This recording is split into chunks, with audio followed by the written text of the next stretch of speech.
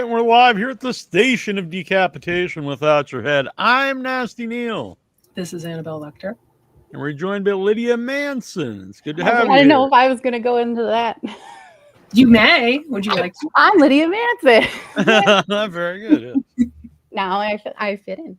Yeah. You fit right in, of course. Absolutely. So a lot of cool things, and specifically you have two campaigns going. So we'll talk about both of those. We'll talk about first, The Lady of Castle de la Mort. Yes. By Ty Chaman. So could you give folks an idea of what the movie is about? So it is, I think if I choose the right words correctly, it's a horror / comedy / musical. Oh wow, I didn't know the musical. Yes. Therefore. I don't think I've ever been so excited for a part as I am for this, because it takes part in 1942, so it's a time period piece. I'm like, yes, this is going to be awesome, and it's going to be in black and white. So it's like got all these awesome things going for it, and I'm just like, I can't wait. We do love vampires. Yeah, when I talked to Ty not that long ago, he said it's kind of inspired by Young Frankenstein. Yep. I can see that for sure. It's definitely like that humor style. So I'm a fan of that. Yeah, and how did you know Ty? Did you work? Sorry if I didn't catch something. My internet was like. Oh. Sorry. So we're saying that the movie is inspired by Young Frankenstein. Yes. Oh well, it's a good inspiration to have. Yeah. If you like that type of humor, you'll definitely like this one. Hey Otis, thanks for watching. We'll talk about Otis momentarily. All in good ways. Good ways. And now I forgot your question because I got distracted. Yeah, I forget too. Ty, how did you get to know Ty? Ty and I have been friends on Facebook for a few years now. He lives in Buffalo. I grew up in Buffalo, so we would always like chit chat back and forth. We send like Lord of the Ring memes back and forth to each other all the time. Yeah. And we always said we wanted to like work together, and he posted up and I was like, oh yeah, I'd love to audition. So he originally had given me, I was going to audition to be a vampire. And I was super excited because that is one of the roles I always wanted to play. I have my own custom fangs. Like I was, sweet. And then I fell into this super deep depression and I was like, I'm not going to audition because I'm not good enough. And I didn't. And I missed the deadline. I messaged Ty and I was like, I'm really sorry that I didn't get it done in time. I didn't mean to waste your time or anything. And he was like, I have this other part. It's not a vampire, but I would still be in the movie, so it's okay. And it's actually, her name is Mary. And if I remember correctly, she's the granddaughter of Van Helsing. I think it's the granddaughter. So I'm a vampire killer, which is sad, but it's okay. I still get to be there. So I auditioned and he liked it and I got the part and I was super excited. Yeah, so in your own way, you're the villain. In your own mind, because you're killing the vampires. So. Yeah. But a fun villain. I'm going to make her fun. I think that's what Ty wants me to do. We'll see. Yeah, the terrible one is... You will just have to, make sure you go to the Indiegogo and pre-order your copy of the DVD to find out when it comes out. Yeah, so I have the link on the in the description here. Indiegogo. It's always a crazy long name, but if you look up The Lady of Castle de la Mort, you will find it. You're not going to get confused with other things, and I'll put the link everywhere so people can click on it. I'm like, I just had to get that. So for other things you worked on, other projects you have worked on, when you're saying this is like when you're super excited about, what kind of things have you done that you could share with people? So let's see. I got to play a film that released recently that is streaming is called The Ward, and it's more of like a psychological kind of horror thriller. And I play the character of Katrina in that, and I'm actually kind of like a deadbeat mom. Like I had good intentions, I didn't carry them out very well. I'm also a recovering addict, so it's like that struggle to make sure that my child's taken care of and I take care of my fix, I guess. I was in a film called Reunion from Hell 2, which if you like bloody slashers, that one is pretty bloody. Mm-hmm. And hi, Troy. How we doing? On there. So in that one, I got to play the main character's best friend. So there was that. And then I just kind of am like the alternative kind of golf girl, which I don't want to be like typecast. Like I want to play like different characters and things like that. I was in a film called Passages of Nexus and I play Dominatrix. And then next year I'm going to be in a film and I play Dominatrix. So I'm like, oh gosh. Yeah. I guess if you're fun, but then right. So what is it specifically about the Lady of Castle de la Mort that has you so excited? I love black and white movies. Like I watch movies from the 40s and 50s. I love Mildred Pierce, stuff like that. Of course, every thought goes out of my head when I want to say what movies I like from back then. Whatever Happened to Baby Jane, you know, like those things are classic. So if I get to be part of like something that's black and white, it's classic to me, even though it's present. Like that's still something I got to do and be a part of from something that I've always enjoyed watching. I absolutely love musicals. So I grew up, like when I was young, I was maybe like 6 or 7. My mom said my favorite movie back then was Grease. So I've always loved musicals. So I'm like, this is just vampires. We can't really go wrong. So I'm like, it's just, I was meant to be in Ty's film, I guess. Yeah, well, I'm happy about all those things because you know, some people won't watch movies if they're black and white. There's like comedy to it. It's not just like super corny, like I'm gonna kill you, you know, like you know. So I'm excited about, you know, it's just the merging of a couple different genres like that. I'm excited for.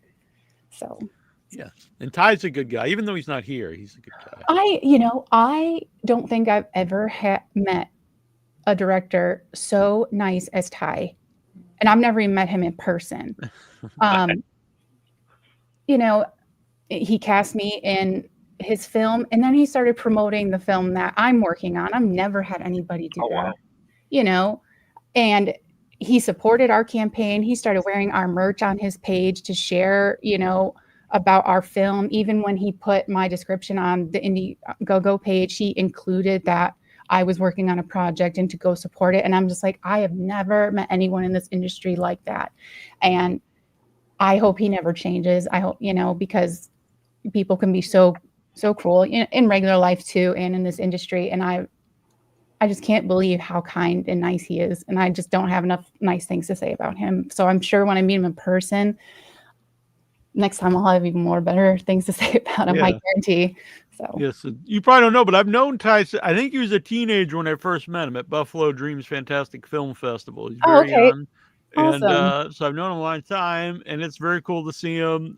You know, made his first feature, then he's made a lot of stuff since then, and it keeps improving. Yep. And he was a super nice kid, and now he's a nice guy. So. Good to know. Yeah.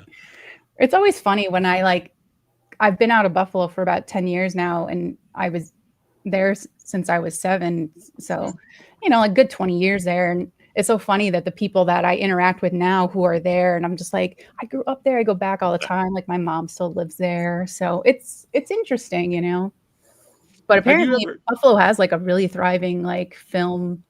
Yeah. Like Greg Lamberson. That's how I knew Ty, was through, you know, him and Buffalo Dreams Fantastic Film Festival. Very long name, which they don't use anymore. But after I finally remembered the name, it's no longer in use. That's when they pulled the plug. They're like, Neal's got it. Let's change it. Yeah. Had you ever? Do you do Have you gone to festivals? Have I? Yeah. Movie festivals, no. Horror conventions, yes. Oh, okay. Both are very fun, and now that the movies, I assume they will do festivals. So maybe that's something you could look forward to. I am kind of curious about that. Nothing I've been in, they haven't submitted it to anything. It's never like gone that route. So I would be very interested in to see how that goes. Just the whole process to, you know, I see people on my Facebook all the time who are in this industry, and they're constantly posting like, oh, we won this award at this festival. And I'm just like, oh, that's so great. I'm like, how do people do all these things? And I'm just like, but I'm glad that, it's people are getting out there with the stuff that they're making, and that's what matters. So Night of Living Dreads podcast is here. Movie poster has a Hammer of Films look. He's talking about the Lady of Castle de la Mort. Yes. It is a very cool poster. Yeah, Ty designed it himself. I actually didn't know that. Yeah, Yes. that's cool. I didn't know it either until I read that he wrote it in a comment earlier today. Oh, okay. And for people who don't know, Night of the Living Dreads podcast is Otis from Hellsgate. Yes. So if you would like to let us know about Hellsgate. Oh, so Hellsgate. It's more on the. So we go from Castle de la Mort, where we're all funny and having fun in black and white, to Hellsgate, where we're now full color and hardcore gore. So if you like, the very intense, imaginative kills, if you are into like true crime and serial killers, cults, Hellsgate might be the film for you. So Hellsgate is the story of Keith Appleson, who is the leader of the cult Hellsgate, and he is running it under the guise of a wellness center called Sprouts. We help you grow. Wow. Right? I'm already there. And there is actually a connection from his cult to Charles Manson. So where Manson ended with Helter Skelter, Keith picks up with Hellsgate. So he's always had this intense connection. Anytime he sees a picture of Manson or anything, and he feels like, I have to carry on this work. And so he starts Hellsgate. I'm assistant director on the film, but I also play a character named Kelly, who is actually going to be one of the members of Hellsgate into. So then we also have some really great people who are part of it. So we have Otis, obviously, but Bill Oberst Jr., if you are a fan of his, he's going to be playing the FBI director. With us. So, and then also if you're a fan of Robert Lizardo's films. Yeah, we just talked with him. That's really wild. Yes, American Trash. Yes, so good. And him talking about it was I went to his premiere in New Jersey. I got to meet him a few weeks ago. Yeah. So awesome guy. And American Trash was a great movie. And obviously he knows a ton about Manson.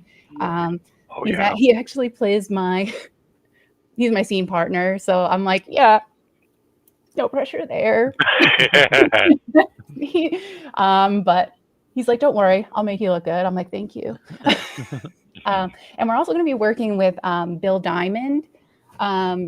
He's 3-time Emmy Award winner. I believe he's got 7 tellies. He's an American puppeteer. He's worked with Jim Henson. He's done a ton of films. And his most recent film that he finished, I'm sure you are familiar with, is he worked on Terrifier 3. Oh, wow. So, yeah, definitely going to have, a lot of... Yeah, this is a legit cast right here. No, Bill knows what he's doing when he's making films. Yeah.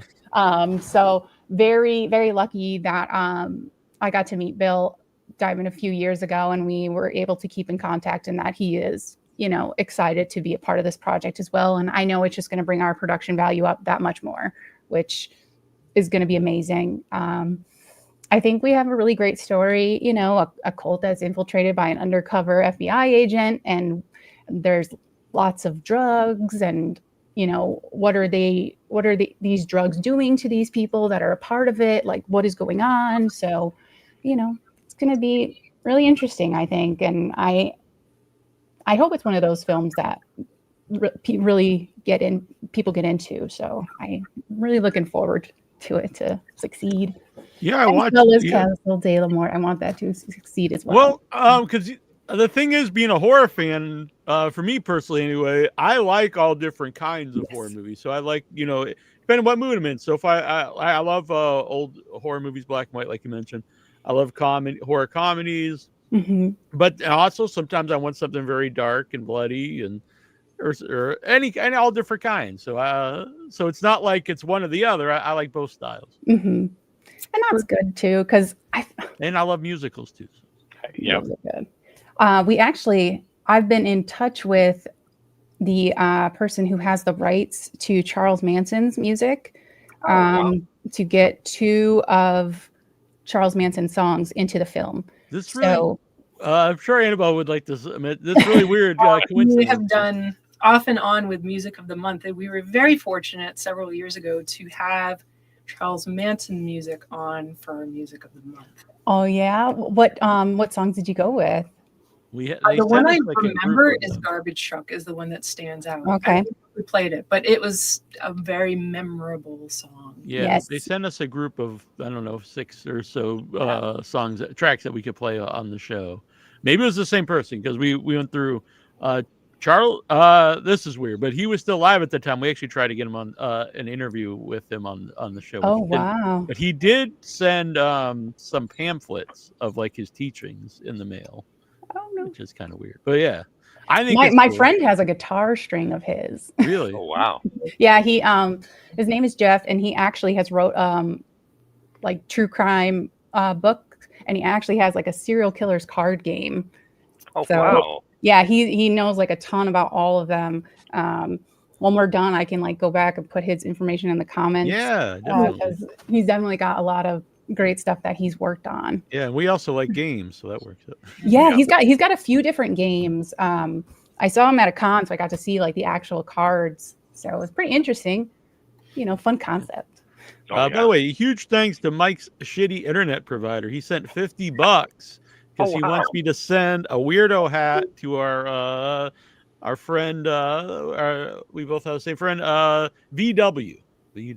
So I will send her a weirdo hat right off my head. So nice. Mike, shitty internet provider. I'm not gonna lie, that comment did have me distracted for a second. I lost my train of thought, and I was like, "You probably saw the name." I did, and I was like, Manson games. We're in the games, we're in the convention. I was like, okay, all right.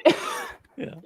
Well, let's pop it up real quick since you did notice it. So her screen name is no, Vagina. I saw like the upper one. Oh, okay. Well, her screen name is Vagina Wrinkle, so I was just going with the VW. Her self. Yeah, I thought that was pretty subtle. Her self-chosen name.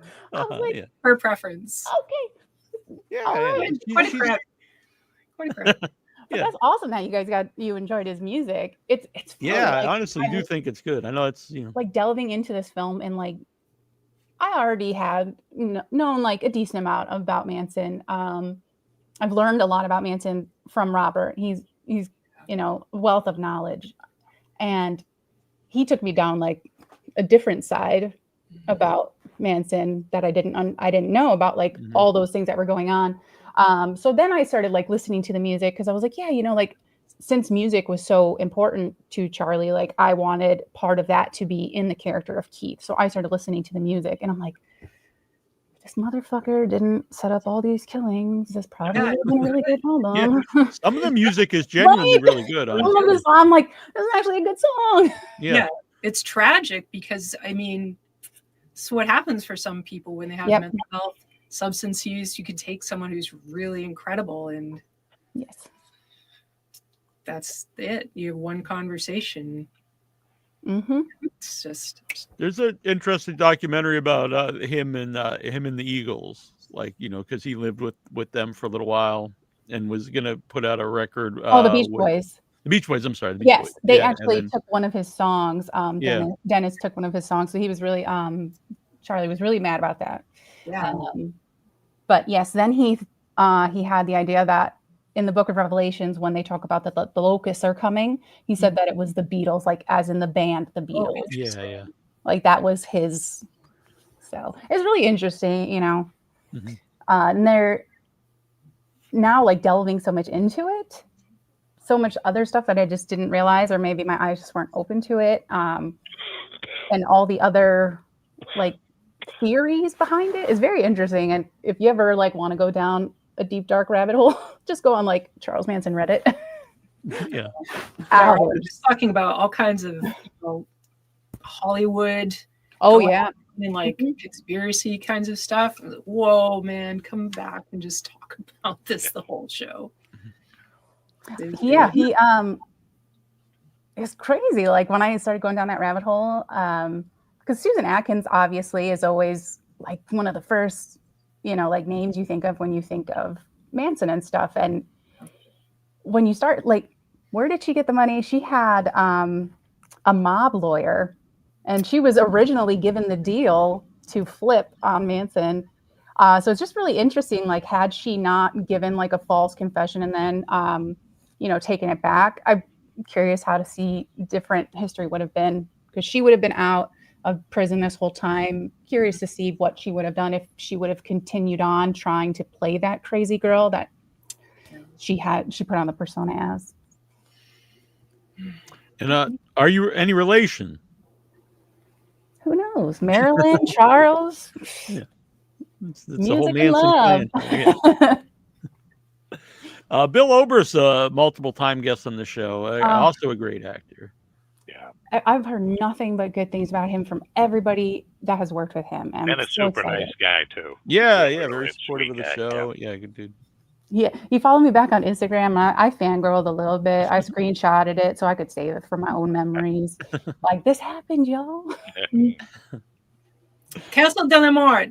Vampires. I don't think we got into really. Yes. So the great part. So it starts off. It's this writer who's traveling on a train.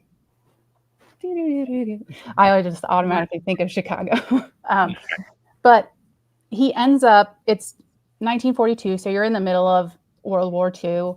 Obviously, the railroads are a lot taken over by the Nazis and controlled that way. So his train gets stopped and he has to get off. And unfortunately, he won't be able to get on another one for a long time. So he's in this little town and everything kind of seems off to him. He's not really sure like what's going on. He sees the big castle. He doesn't really know. He ends up going to a tavern in town and he decides he's just going to kind of investigate. And that's where he meets these sisters that are vampires. And it all kind of goes downhill from there. And all the action ensues. Mm-hmm. Few of us vampire hunters come in. So I'm very excited about that. Because I automatically, when I think of like the 1940s and I'm like, what would like a vampire killer like wear? And I'm like, automatically, I don't know why I thought of this, but I like thought of The Mummy with Brendan Fraser. So I'm like a white shirt and the suspenders. I'm like, that's gonna be me. That's how I'm gonna pull off Mary. I'm like, I don't know why I thought that would be perfect, but are you gonna have like finger curls? Well, that's probably a little bit. I don't know if that was 40s, but that like I think like the kind of bigger curls. Yeah, those. I'm gonna have to find a wig. My hair doesn't do very well with holding on to things. Terrible. Forget it. I'm like, you might as well just put a bottle of glue in my hair because it's not going to stay. It's not going to stay. So I just wear wigs all the time. People will be like, oh my God, I love your hair. I'm like, yep, $12 on Shein. Always time for a deal. Oh my goodness. So you have the 3 vampire hunters. Yes. And are you able to share the vibe of these 3 vampire hunters at all? I don't know if I can describe so much the vibe of us hunters, but I can give you a little bit of the vibe of the sisters. Okay. And kind of along the line of the Sanderson sisters, like that slapstick comedy. So that's so the 3 main sisters, that is going to be their vibe, is what Ty was trying to accomplish with their characters. So, and I understand Ty was trying to find an actual castle to film the movie. Maybe he has found it since I talked to him. I don't know. That might be more of a question for Ty. But that might be a question for Ty. Yeah, he did. Recently, he posted a picture of a coffin, and I was like, I want to climb in that. And he's like, oh, you'll get the chance to. And I was like, with all due respect, Ty, I was going to whether you let me or not. What was going to happen? You need permission on that one.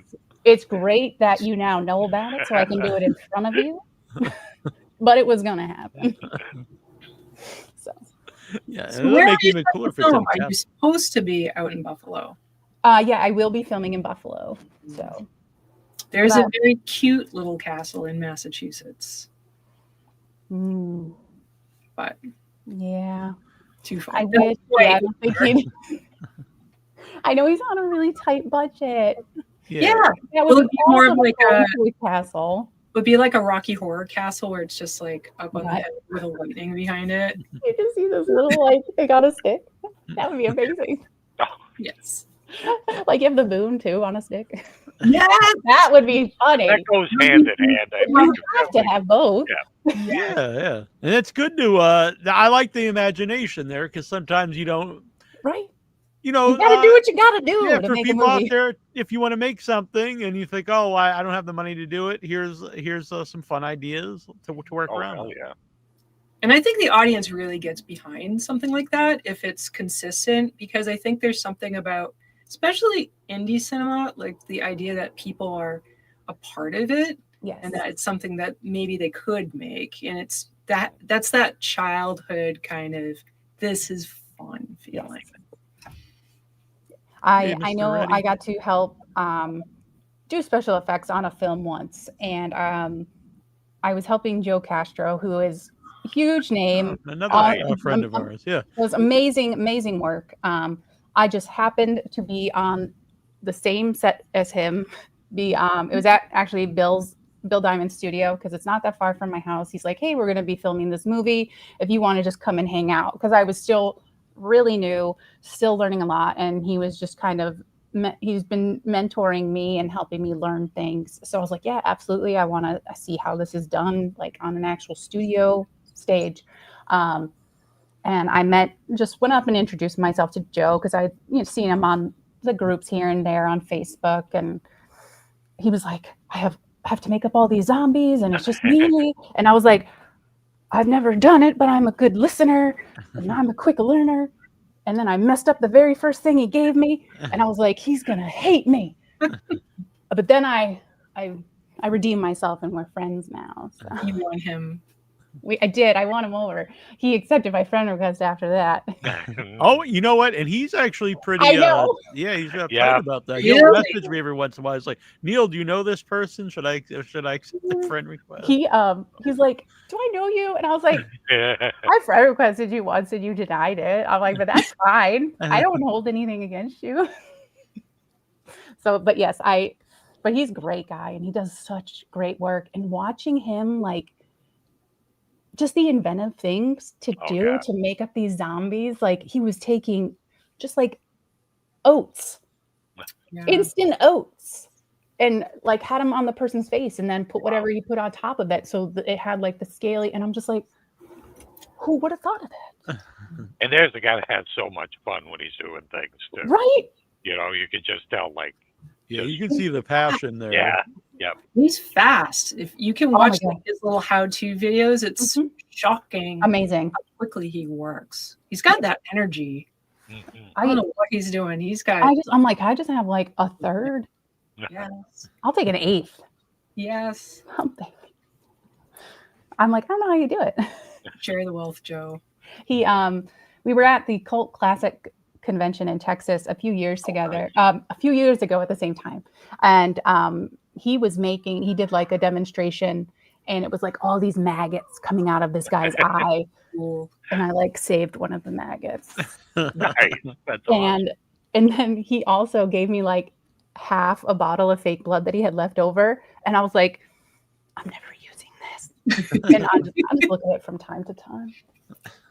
I love that. Yes. I like little silly sentimental things. The movie Reunion from Hell 2 that I had mentioned earlier had a lot of alumni from Nightmare on Elm Street in it. Wow. So Mark Patton, who I saw in your little intro video, amazing guy to work with. And then we also have Lisa Wilcox and Danny Hassel in it. And that is the only film that all three have been in at the same time. Oh, sweet. And I was the only female that was in a scene with any of them at the same time. So that's my claim to fame, even though nobody will know about it, but I do. So I get to say that I was the only actress that got to act with all three of them at the same exact time. But I had made the actual house out of popsicle sticks. Oh, wow. Like, I recreated the scene from 3, the opening scene of 3, recreated it, did everything. And I'm like, would it be bad to bring this with me and have them sign it? Like, is that unprofessional? So I took the shot. And I drove to Tennessee with this in the back of my car, and I had it on a shelf. And how big is this thing? It's not in this. Oh, I wish it was in this room still, but yeah, decent size, like probably this big. No working lights or anything, but you know, I'm not that creative. So, and I had on the shelf. Or is that creative? It just didn't happen. Didn't happen. And Lisa walked past it one day. She's like, "Whose is this?"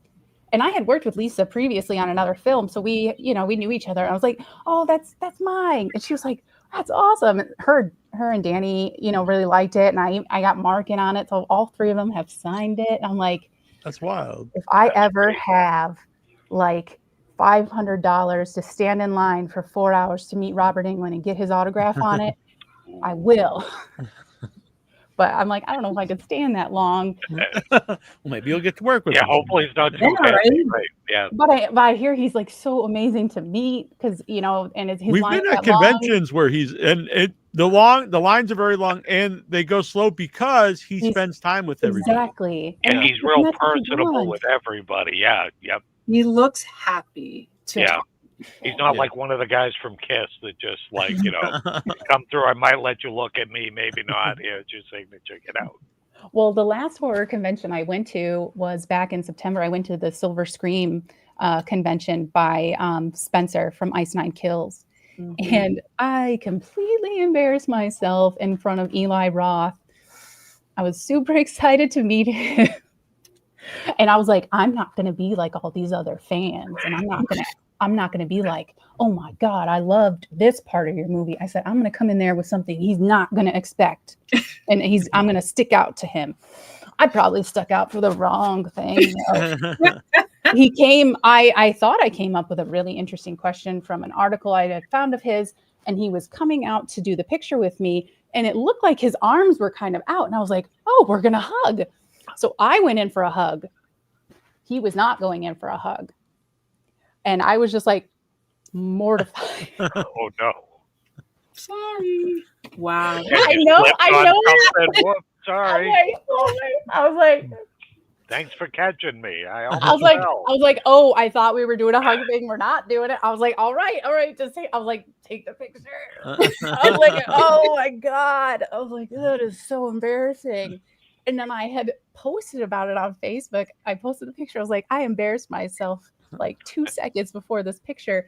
And somebody commented and they were like, I was right behind you in line. And I was like, no fucking way. Like, what are the odds of that? And he goes, yeah, I went in for a handshake and he didn't return it. I was like, so I'm not the only one.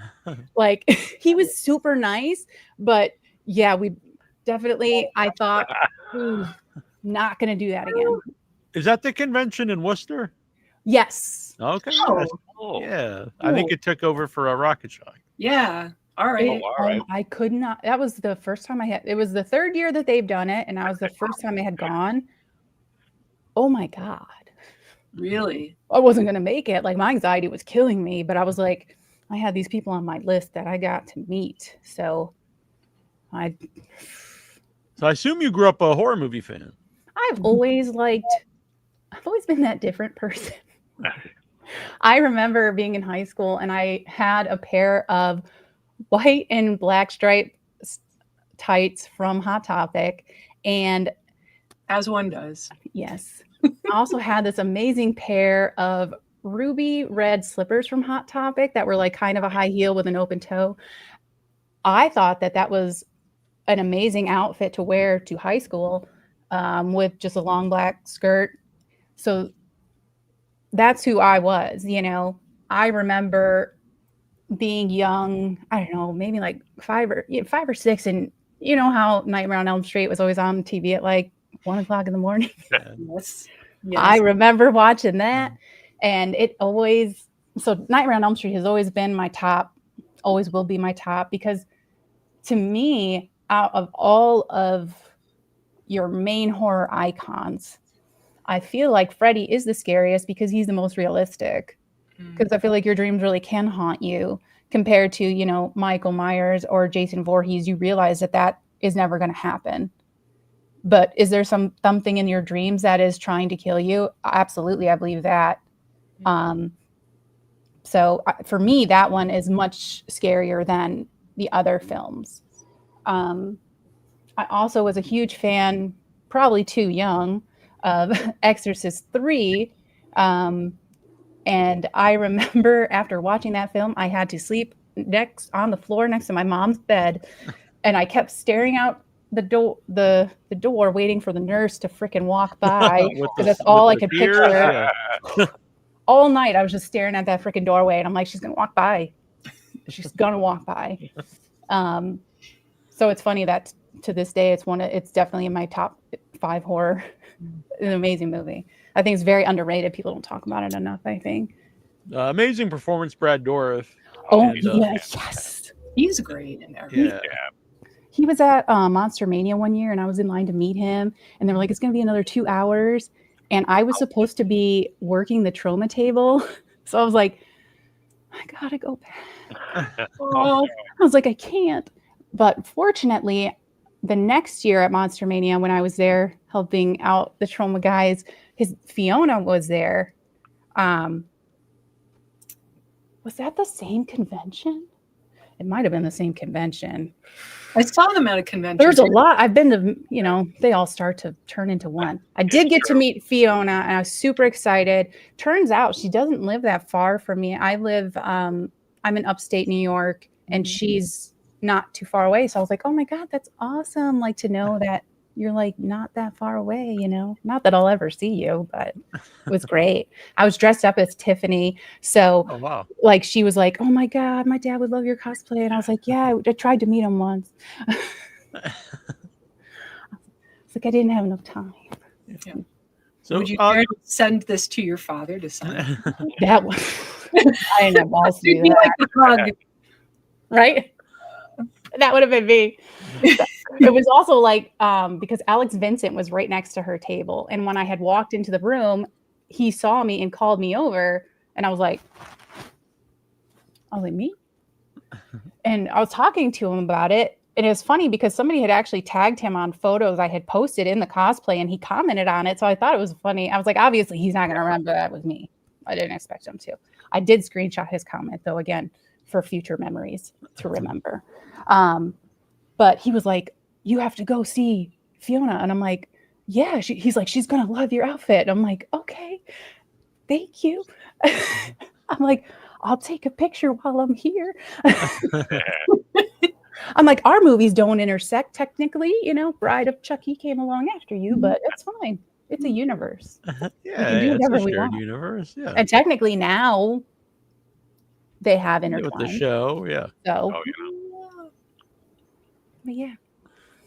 Horror is just great. And there's so many great people, in the films and who are making the films and talking about the films. It's great to meet all these people through podcasts and just on set. And, we all have our story of how we grew up with horror. And it's nice to hear that, all the different versions of how people ended up in the same place. Yeah. And you mentioned about being, I think part of that is like I myself also, I felt very isolated, even with my friends who were not really into horror. They were nerdy and into weird stuff, but not as much horror. Yeah. And being strange was hard. And we are the weirdos, mister. We are the dreamers of the dreams. So the idea of being able to find this community and go, wow, these people exist and they're by far better than anyone in high school. So fuck them. And it's just high school. Yes. So it's this beautiful, like, find the whole, they say, finding your people. And yep. It's wonderful. We find each other and then we stab each other and cover each other and blood and guts, and we have a great day. Absolutely. How many people can say that? That is the way. You don't say it to some people. And if you're lucky, you get paid for it. Sometimes. So how did you end up with the trauma people, helping out trauma? How did I end up with the trauma people? I was at a convention in Prussia, King of Prussia, Pennsylvania. And my table was across from the trauma table. And one of the people working, his name is Tom D'Amico. He's an amazing guy. He's done a couple of I've been in a couple of his shorts. He's done a couple of shorts and he had me in them. So I made friends with him and like the people working, and he called me up a few months later and was like, hey, we're going to be doing Monster Mania. Would you want to come down and, help promote the movie that I was pushing at the time? And I was like, yeah, why not? Like, I get to set up for free at your table. Like, absolutely. And then, then he also called me. It was like New Jersey Horror Con. So did a few cons with them. Tom was actually, I'm like, where did it go? He was Lloyd's assistant for like 3 years. So, he knows a ton about film, and I love picking his brain about stuff all the time. And so he now is doing his own work, and we're working on, we did like a photo project a couple weeks ago where we decided to do like a girl lost in time piece. So we were taking like different pieces of artwork from like the 60s and trying to like recreate them in our way. So get to do like a lot of fun, interesting things, because I just happened to be at that one con and across from their table, and I got to meet Tom. And, I a bunch of the trauma people who worked the conventions, got to work with them a few times at the convention. So they were really great guys, lots of fun. I felt really bad because I had not seen a trauma film when I worked at the table the first time. I was like, it's fine, I'll fake it till I make it. I just started reading backs of movies and telling people it's really good. I'm like, I can BS my way through it. It's fine. I sold a few DVDs. That's fine. That's all I got to do. It all worked out. Yeah. Have you seen any trauma films yet? I have. Okay. They actually hashtag Shakespearean shitstorm. Yes. Oh my God, that they did. Actually, it's so funny. They did a screening at a drive-in in Coxsackie, New York. Mm-hmm. Nobody fucking knows Coxsackie, New York. I happen to live 16 minutes away from Coxsackie, New York. Wow. I think we were going to try to go to that, and it just didn't know. So Tom was like, hey, we're going to be showing the film. Why don't you come down? So what I did was I came down, I brought a bunch of wigs. After the movie was done, I just kept changing wigs and going up to people and getting random interviews and changing like my name every time I went up to people. Oh, that's awesome. And I was like, oh, I'm so-and-so with trauma. What did you think of the film? And then I go to like a random other person and say, I'm this person from trauma. What did you think about this film? And just, Oh my God. so it was a lot of fun. I love it. Incredible. That's amazing. And if you haven't, I mean, I'm inspired. people know what they're getting when they get a trauma film. Yeah. So that being my first one, I was like, I think this was a good way to ease into it. Oh yeah. Sure. Yeah. It's, you get through Shakespeare's shitstorm and Shitty. It's even the opening scene full of whales, like launching over the cruise ship. I have not seen that one. Oh, That's it's, one of the few what do you think throwers about I the haven't description seen. so far? Oh, All right, I'm down with it. right. You know what? If you join Trauma now, you get your first month for free, and then it's just $4.99 after that, and you get to enjoy the entire Trauma catalog. Wow, spoken just like Lloyd Kaufman here. Yeah. Yep. It stuck with me. Yeah. When you hand out enough Trauma Now flyers and have to say that, it's rolls a good off the tongue. skill for what you're doing, right? It's a good way to go. Absolutely. Exactly. I'm like, $5 a month, you can watch all of these films, and you get your first month for free.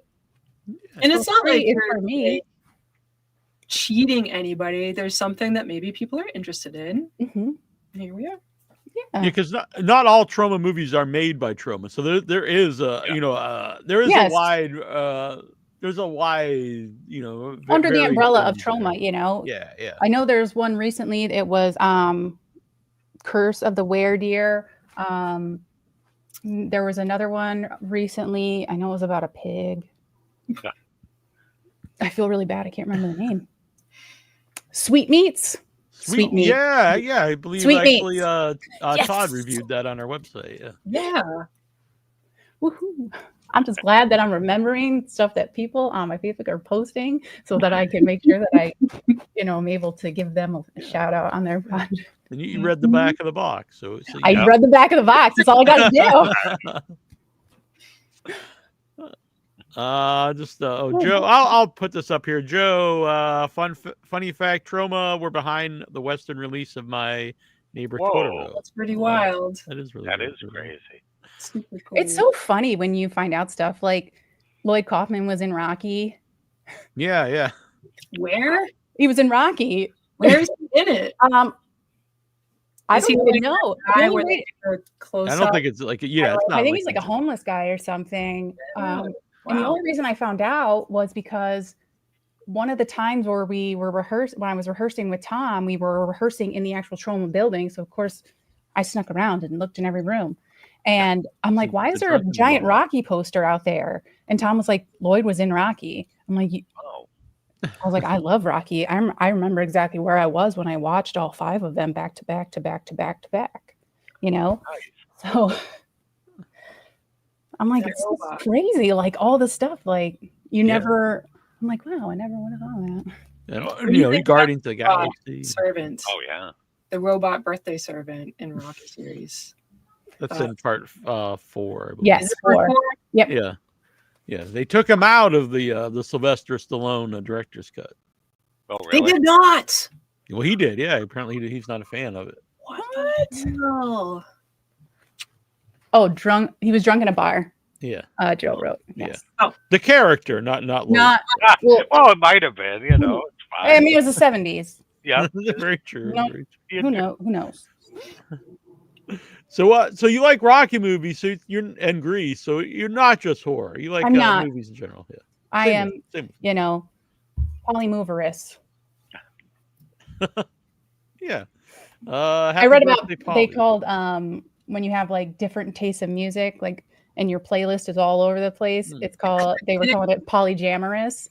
So oh no way. So I'm like, I guess it could be like the same thing for movies, right? Yeah. I have a special relationship with all the genres. I can't help it. Yeah. Is there anything in particular that you're even in horror, like there are so many different sort of subgenres of the genre of horror? I know I would put my favorite subgenre of horror at psychological. I think that will always be top. Found footage is probably my bottom. I'm not a huge fan of found footage. I'm with you on that, Lydia. Yes. Yeah. So I almost mentioned that when Annabelle brought up. I was like, I better not mention this in case there's some big found footage fans out there. Which is going to be really awkward. For the most part, I'm not big. Yeah. The found footage fans or the found footage participant? What do you mean? I just made a film over the summer that is supposed to be like a new take on found footage. So I guess it's really awkward that I just sound. Well, maybe if it's a new take. It is a new take. And how it is the movie is shot as if the people in the movie are filming a documentary. So every scene starts with like them coming from setting up the camera and their camera is filming them. So then if one of the members of the group, there's always like 3 cameras in play.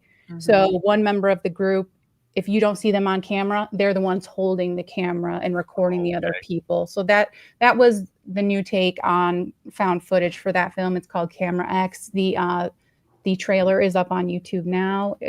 Camera X: How to Kill a Pedophile. So if you hope that those guys get their justice, this is the movie for you. So that will be out, I think, in April. It was directed by Lauren Lepre, and I got to be assistant director on that film, so that was pretty exciting. My first time with that. Yeah. Also, it's your first time doing that. Yeah. I had no idea what I was doing, so I hope I did it right. Yeah. I just had papers on papers that I was writing on. I was like, this has to be right because I think if you just write a lot of stuff on papers, it means you're doing something. Exactly. I pointed to the camera a lot, and I had like this face on a lot, so I had to be doing it because that's what I studied. You studied the point. Studied. So, what would you ideally, or is it all kind of the same thing to you? Acting? Would you like to be direct? I don't think I would like to direct. I think I want to write. I've been working on writing. Aaron Hawkins, who was actually the writer and director of Hellsgate, I should have mentioned that earlier. He actually let me rewrite 2 of the scenes in the film. And that was really exciting, especially because the scene that I wrote is the scene that Robert agreed to come on to the film to do. So that meant a lot to me that he liked the scene enough that he agreed to come on. So I'm like, you know what? This writing is good. I like that. I'm like, I can do that from my bed. Who doesn't want to do that from their bed? You can be anywhere. Right? Anywhere. Just do on my phone. Yeah, and you don't have to point at anything. I don't. Yeah. Sometimes I will just, because I miss it. Yeah. That's about it. You have to get back to that every now and then. So you got to do it. Yeah. So do you have a history with writing, like creative writing, when you were in school? I have always written poetry. Has always been my go-to. Okay, Otis, thank you. Would you want to? I don't think I do. I don't know. Yeah. I'm still out there. Maybe one day. Maybe. Yeah. Or not. Try each of the hats at least once. Yeah. Well, when you work on an independent film, you wear so many hats. Yeah.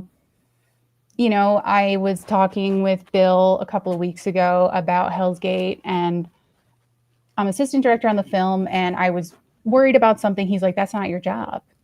And I'm like, but it is. He's like, no, it's not. I'm like, but it is. I'm like, we know that. I'm like, you're going to end up wearing 10 hats on set. I'm like, so why shouldn't I worry about it now? Yeah. I'm like, if I worry about it now, I can have it taken care of by the time I get there. And it's one less thing to worry about then. It's hard to be like, I know how to help this. Yeah. Aaron, the other day, he was like, do you want an assistant? Like, I can get you somebody to help. And I was like, no. I'm like, I'm not trying to sound like I got this. I was like, because I don't. Believe me, I'm floundering.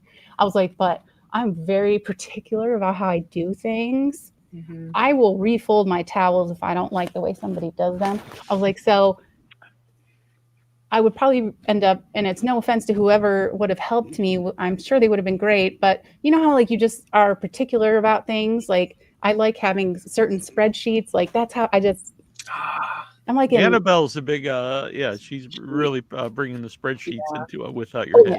Yeah, spreadsheet game, colors. It's very new pack of highlighters, frozen cells. So Otis is here. So Otis has his podcast, Night of Living Dreads podcast, and you also do a podcast with Otis. I do a podcast with Otis. It's called Dread the Stigma. So we're trying to break the stigma around mental health.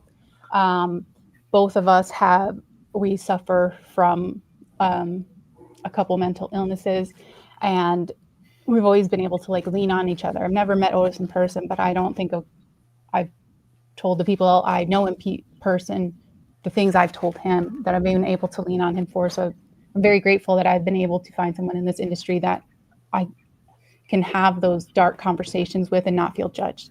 And that was how it was his idea to come up with the podcast. And I said I would help him with it. And, we wanted people to know that they're not alone, that, we're feeling these terrible feelings that you're feeling too. And nobody should be judged for that. I have a traumatic brain injury from my old career, which has caused a lot of issues for me. And so I struggle with severe depression from that and PTSD. And I also got diagnosed with ADHD. So I was like, let's just get all the letters in here. So we haven't been able to do the show for a while because we've been so deep working on Hellsgate, but we had topics like we were bringing up how mental illness is portrayed in films versus how it is in actual life. And we did the same thing with songs. We tried to pick different songs that talked about different illnesses and different TV shows and how these characters are portrayed with these illnesses. And I'm like, every time you see a schizophrenic on a show or a movie, they're always the most violent person ever. And if you look at the actual statistics, it's not like that. Doing research for the show, you would think some of these mental illnesses would have higher rates of being unalived, but anorexia is the number one. And a lot of people were shocked by that as well. So we just want to make sure that we're giving people the resources. We always let them know that you can call or text 988 anytime that you want, and it's free. Anybody can message us at any time, and we'll try to get back to them as soon as we can, because we don't want people to feel the way that we felt or the way that we feel. And I will give you a disclaimer right now. I usually end up crying in every single episode. It's okay. Yeah, sounds like people cry. Yep. So, but it's That's amazing. Neal knows how I feel about representation. He told me, and that I was like, "That's awesome." So I'm really grateful for that. Just to have the. Because when it comes up, exactly what you're saying, I'll see things and like, this is unhelpful. Yes. This is in a whole different way. A lot of different things. Like, I'm not anti-medication. Some people don't like it. And at the same time, seeing people dumping their pills out prior to having some kind of psychotic break, it's like this narrative around this. It's really like Donnie Darko. I love Donnie Darko, right? I love Donnie Darko. And at the same time, it's like, I don't know. Some of it problematic. Right. Some of it wonderful and amazing. And it's tough to say where is the line, like with that movie. But there are other ones. I can't even remember. There was some criticized. Girl Interrupted, I know, is usually like up there with that.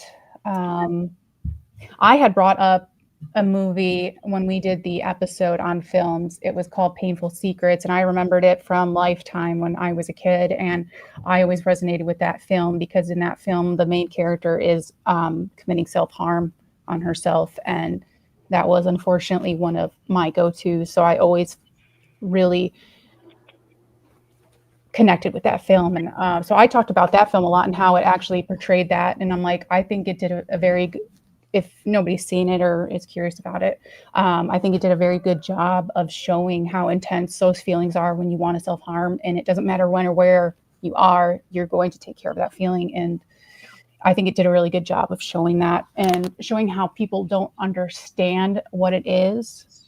And when you try to tell people and they're like, well, why do you do that? It's like, because it's the only pain that I can control. I can't help the fact that I'm depressed right now, but I can start and stop that pain when I want to. Yeah. I can't help the fact that my heart is racing so fast that I feel like I'm going to pass out, that I feel like an elephant's on my chest and I can't breathe when I go into a store and I have to walk out. I said, but I can start and stop that. Not healthy. Completely agree. It's not healthy. I try to... There's other alternatives that I have, found that people find helpful. And I try to tell other people that too. I'm like, if you're ever in that self-destructive mood, if you're able to take like a rubber band and flick it against your wrist, you get the same sensation. If you're able to take an ice cube and run it across your wrist, you get the same sensation. And that way you're able to take yourself out of that mind space for just enough time that you don't hurt yourself. And that's what we want, is we don't want people to hurt themselves anymore just because they're hurting inside. Doesn't mean you have to hurt on the outside too. And it's okay not to be okay. Anytime you want me on this show, I have like an actual therapist. I don't know if it's that. Otis, write it down. Really? Absolutely. No, we would love to have you. Yeah. It's something I'd wanted to do, but then I am also ADHD. So I'm like, I have this great idea for a podcast. And then that just like Well, we had our original intention of it was we were going to get like the DSM and we were going to do an episode on each mental illness. That was what we were going to do. We were going to, deep dive into this and see what people think it is versus what it actually is. And I told Otis, I'm like, I don't think that would be good for our mental health, especially if we did that every single week. I'm like, that would be a lot. I'm like, so we decided we did it every other week. And I was like, why don't we ease ourselves into this? So that's why we started doing like how mental health is portrayed in the media, in music, in all that stuff.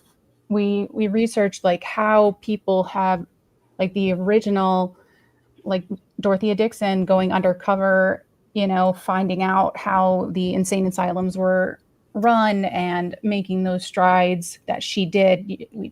Trying to see how the evolution has come of how mental illness has been treated through the years.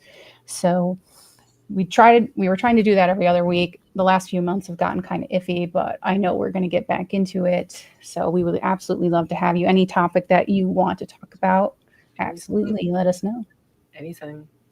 I mean, I love my job, and it is hard because some of us that it's a community mental health place, and there is a lot of that, like DSM is there, and how damaging it can be for our people that we work with. It's like, well, I will try so hard to not give diagnoses that are stereotyped.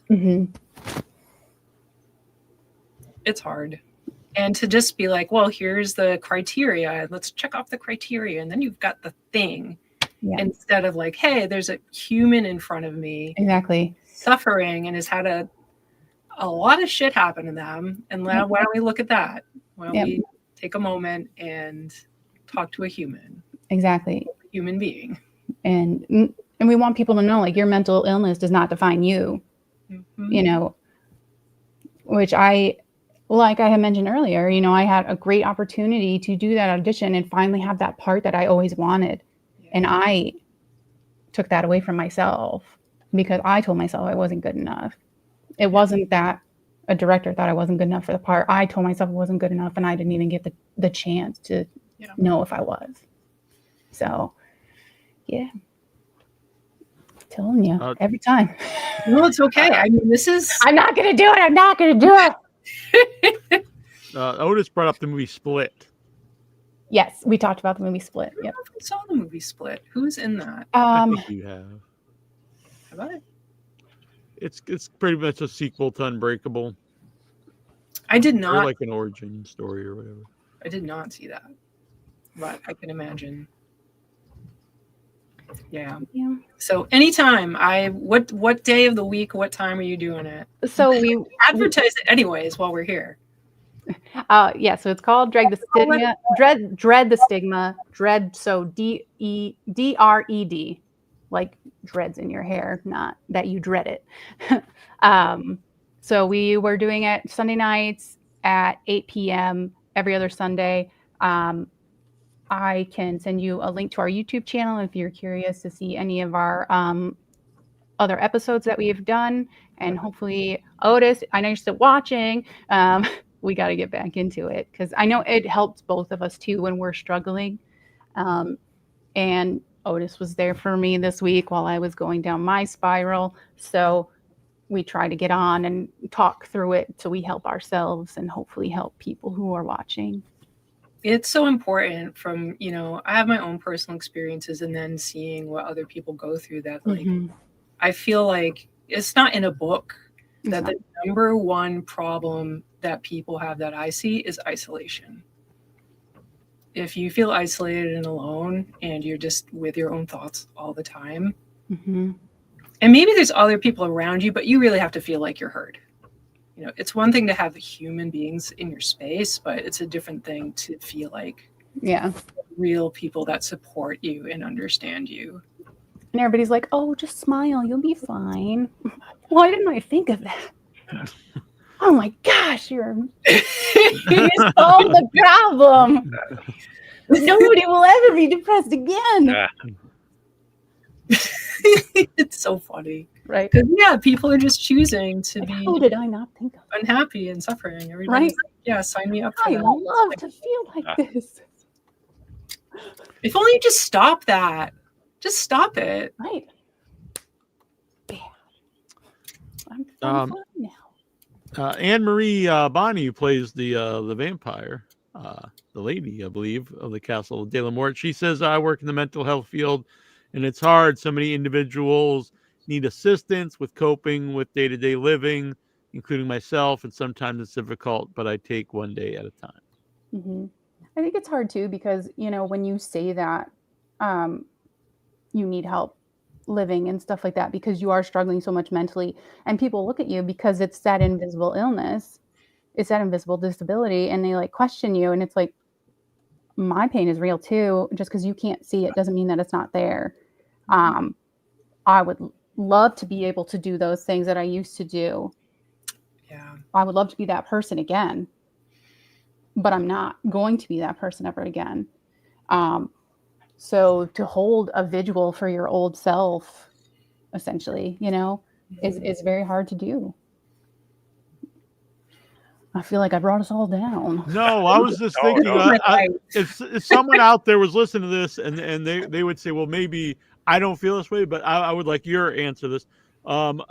Watching horror movies, how does that help? I think it helps some people and it does not help other people. I know people that have PTSD, and for them, watching those films it puts them back in the place that triggers them. So it's not good for them. Just real quick, I don't interrupt you, but there is something I see a lot where people kind of beat their chest. They're like, oh, we don't want these trigger warnings. You're a loser or whatever if you have. But that's all well and good for someone that's not bothered by it. But if someone has a certain thing that does trigger them, maybe they would like to know, oh, I'll just avoid this movie because it's not for me. It's not that I don't like the movie. It's better for me not to see it. I fully agree too, because I've said it before. I'm like, I can't be responsible for your triggers. You can't be responsible for my triggers. I don't know what is going to bother one person. Nobody's going to know what bothers me. People have said something to us because on the podcast, we do a trigger warning because we say, we talk about these topics. If you're not going to be able to handle that, then this is not the show for you. And people are like, oh, I'm so to get the trigger warnings. And it's like, okay, I don't really, if it helps one person, it helps one person, And if it doesn't, have anything to do with you, just, exactly. Why would it bother you? Yeah, like a rating for a movie doesn't mean anything to me because if I like the movie, I like the R movie. or G, it doesn't matter. I'm a grown, but it doesn't hurt me from watching them. It doesn't take away from my enjoyment of the movie or not. But as far as like me watching horror films, I don't think it's really had any effect on my mental health. Because I realize it's not real, like I can separate that part. If I watch actual stories, like people's stories, that affects me more. So those things I try to, every person's story deserves to be heard. So I try to stick it out as long as I can. Because people deserve that respect. If they're putting it out there, then even though it might put me into a deeper state for a little bit, at least, it helped them out to get it out there. So it's the least that anybody can do is to just listen to them. Have you met? Oh, go on. Sorry, Annabelle. It's tough with the boundaries piece because sometimes people can get triggered from being supportive, and it's part of that isolating piece is that, and I think part of the problem too for people that are suffering is feeling like, well, I don't want to bother someone. Exactly. Everybody always tells me, when you're feeling that way, just call me. And I'm like, I'm not going to be a burden to you. Mm-hmm. Like, how many times am I going to call and say I'm struggling with this again, and you're going to still be there, So you just end up internalizing it. Mm-hmm. So. Mm-hmm. It's messy out there. Which is, again, like thinking about the horror world is hopefully we will build more of like a mental health community, I guess, where we are able to hold this space. Like, it sounds like what you're doing with the podcast is very much that. Mm-hmm. Also, too, like, we have all these dark thoughts all the time. So I think watching horror films and seeing like these horrific things happen, it's like, oh, somebody else had to have thought of that to make it. It's true. So my thoughts might not be so bad if somebody else is able to think of that and put that on film. So, you know, I think it brings us all together in that way too. No, you mentioned, you know, going to conventions a lot. When I started going, I did notice there, for the most part, the horror community is very accepting. It's everybody people is from all different, you know, I think people think in their head it's all people with black T-shirts, which there are a lot of that. But you know, there's all different people, and but you know, you all share the same, you know, love of. Oh, look at that! We're wearing 4 different black shirts right now, and it's like 4 different shades of black. Freaky. They're all different shades, so they mean different things. Exactly. Like, and for anyone out there, I did not send out an email everyone to wear the same color. You did not? No, I did not. You didn't try to enforce the all. I don't know. rule. I got a message that could say otherwise. Mm-hmm. It was my go-to joke when I would host a lot of convention panels. I would say you in the black shirt, and it would 99% of the people would look up. Yeah, and it would usually get a laugh by people who got what I was doing. It's very hacky. Very hacky. Reds over there using horror as a release. Mm-hmm. Sometimes I feel like it's cathartic. I honestly, a lot of times, I more feel aligned with the villain. Really, like, I see why they did that. Yeah, sometimes I'm like, yeah. You left me to drown when I was 10 years old. Yeah, I think that's part of it. Coming after you, young kid. Like, I was drawing werewolves in junior highs. I've read Cycle the Werewolf, and I'm drawing like werewolves ripping people's heads off. Right? Yeah, it was. Teachers were concerned. Apparently, my parents didn't think it was a big deal. Oh yeah, I definitely got called into the guidance counselor's office. Yeah. Well, we're here. Here we are today. Now you're making the movie. So, yeah. Look at me now. So we'll post a link for Lady of the Castle de la Mort. I think I already did. I'll also put up the link for Hellsgate. Oh, thank you so much. I know Otis had wrote in the comments the name of that author I was telling you about, Jeff. Yeah. I cannot pronounce his last name. I'm not going to butcher it out of respect to him, but it starts with an IG. So if you see that, that's the author I'm talking about. And he does the serial killer game as well. Oh, cool. Okay. And the book is on Amazon. It's pretty interesting. He does... he takes, like, for instance, one of the stories about Elizabeth Bathory, and he goes through all of the Jeff Ignatowski, I believe. There you go. Okay. So he's like, this is what you hear. Like, you heard that she killed 600 virgins or whatever, and then he goes through the details of actual proof that people have found. So it's pretty interesting. He goes through a lot of different people in that book. He's got another one. I haven't read it yet, but I told him, I was like, yeah, I'm going to make sure I'll have somebody reading the book in the film Hellsgate. So. Oh, that's really cool. Yeah. So. Lexi, did anyone else get sent to the school counselor due to their artwork? I sure. That'd be me. The artwork on themselves. Right? Oh my goodness. I don't think I ever got sent to the counselor. My parents were called once, and I didn't find out about it until I was well into adulthood.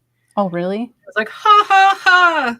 It wasn't really ha, ha, ha. It was reflective of my torture and abuse. Yeah. So, but here we are today again, right? Here we are. Yeah, they never bought, I'm a big fan of Bernie Wrightson, so, you know, like to draw werewolves eating people. It's the way it goes. Oh, they were ripping off heads. It wasn't just eating. Well, mine were eating people. Ratting people. Faces like it's at least it's not like the scene from Superbad when you have a lunchbox full of pictures of dicks like destroying cities and they're super like veiny and stuff. That's pretty sweet. I had already. I mean, not gonna lie, talent. You do not draw things like that. I figured that's something they're like, yeah. Something's going on there. Yeah. Sounds like the screensaver on my phone. Yeah. But my Crumb comics, I always kept more to myself, but the werewolf ones, I would share with people. But apparently, I didn't know this, I didn't remember at all, but they also got called. I don't know why I never got pulled in the office, because I would draw for people that paid me like $1. I'd draw their teachers getting killed. Apparently, that's what I heard. Maybe. I mean, no, but it's like I wasn't that clever. I wasn't thinking it through. I don't know if I knew it. I think because you were an entrepreneur, you had the problem. Someone asked me, and then it started to catch on. I'm like, all right. I remember my principal saying something to me. I was leaving school to go to the bus. School day is over, and I had chains on my skirt. She's like, "You can't have chains on your skirt." I'm like, can right now. Just said something to me 8 hours ago. We could have fixed this problem. I'm like, okay, what do you want me to do? Joe Cash, I got sent to the headmaster and suspended for 2 months for showing a certain scene from City of the Living Dead on a projector in assembly in front of the entire school. I was 12 at the time. That rocks. People don't know Joe's in England or Europe somewhere. I think England. Yeah. I had actually just got a call from my son's teacher because during show and tell, he decided to say that he watched a ghost show on YouTube and it taught you how to close your eyes and see a ghost, and he did it and he saw a ghost covered in blood. And I was like, I don't know where you got that from.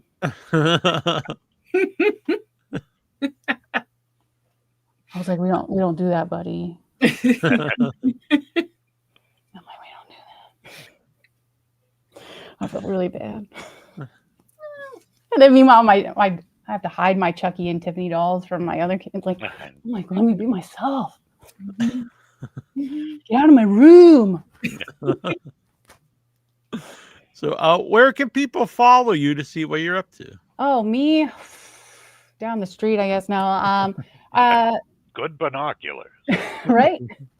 Make sure you get this side. It's my good side. But Facebook, just Lydia Manson. Picture of me just lying on my back in a blue shirt. On Instagram, Lydia Manson 88. TikTok, Lydia Manson 88. Try to keep it simple. If you want to email, guess what? Lydia Manson 88 Gmail. Guess what year I was born? That's a fine number. 89. No, 88. You were created in 88. If you were born in 89. I was actually born in 88. But yes. Sounds like lucky numbers. You get the double infinity. Right? Yeah. It's got to mean something. Favorite number. Yeah. I think it's good. I was 12 in 88. That's a good year. Yeah. Age ain't nothing but a number. Yeah. All right. Well, we're looking forward to those movies. I'm looking forward to seeing you in some a lot of other stuff because you're in a lot of cool stuff. Thank you. Yeah. And this is really fun having you on, not just because you're here right in front of us right now. And I felt like I was just like all over the place.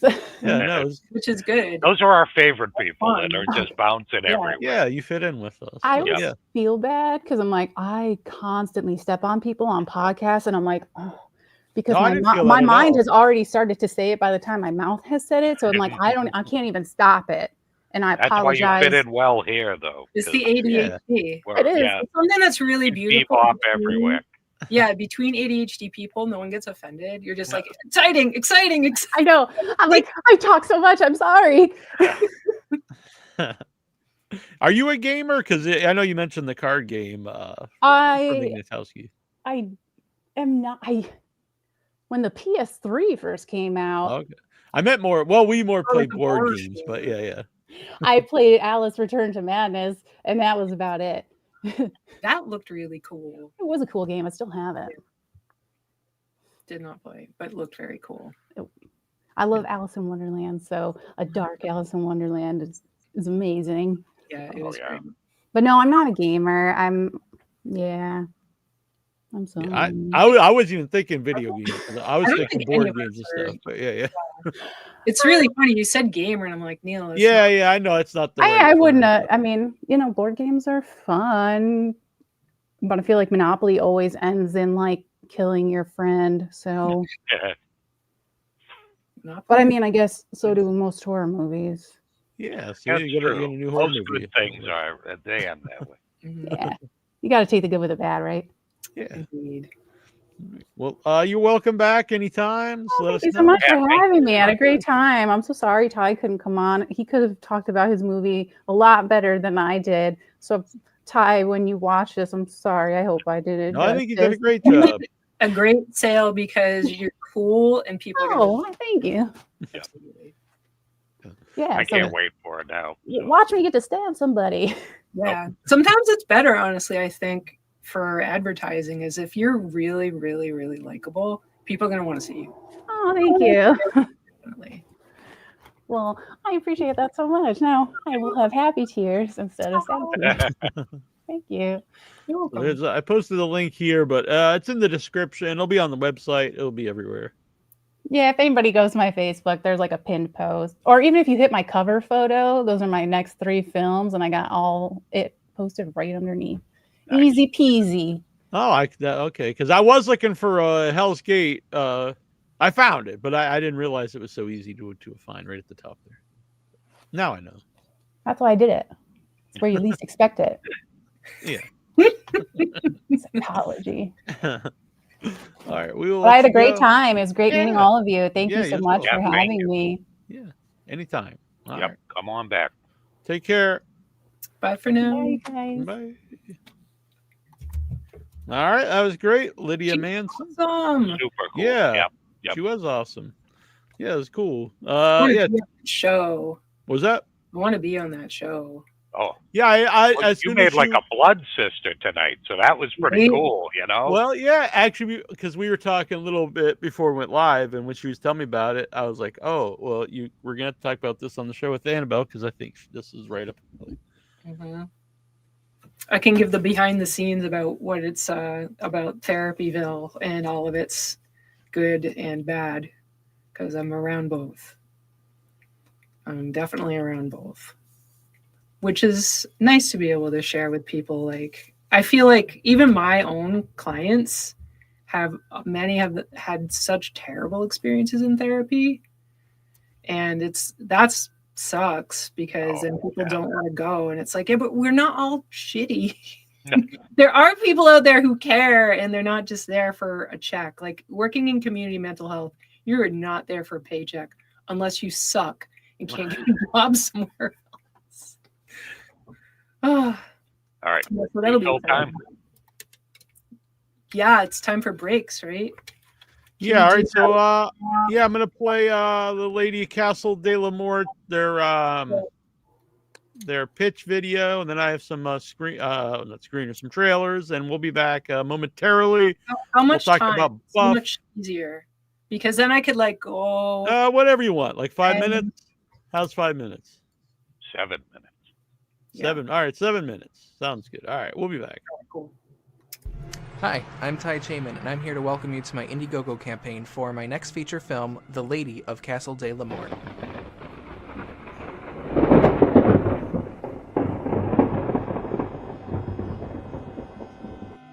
Our story takes place in southern France in 1942. Our character Henry is traveling through the countryside when his train is diverted and he is left behind, leading him to travel through the next villages and towns and stumbles across this strange castle.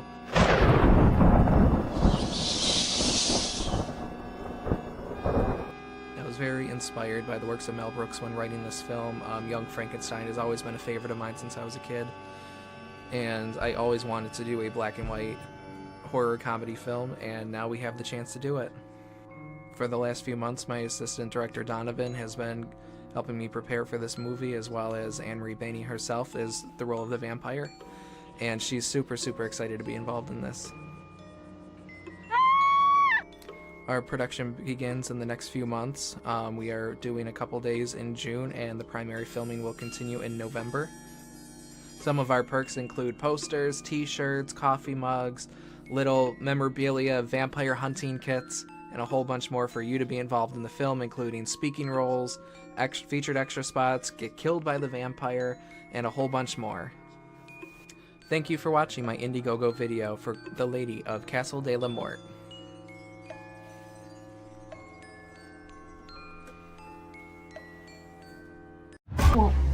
be a huge rodent problem. What the fuck are you?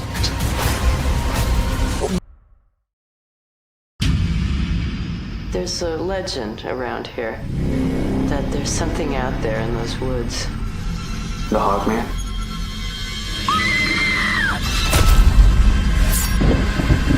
"28 people have gone missing up there in the past 20 years. No bodies have ever been found. These people believe there's some sort of madman out in those woods. That sounds scary as hell. And that's why this is the perfect project." Now, what is it you think you know about them woods that's got you wanting to make a documentary? Butcher's Bluff? Be careful what you wish for. This is an easy A. I just need y'all's help filming it.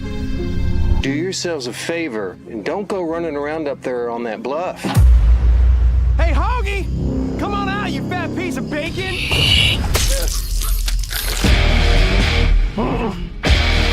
Don't be scared of some little campfire story. There ain't nothing out in them woods except death. You need to call the cops now.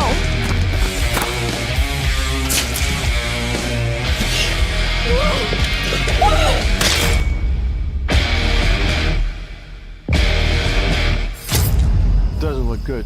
It never does. You're pregnant.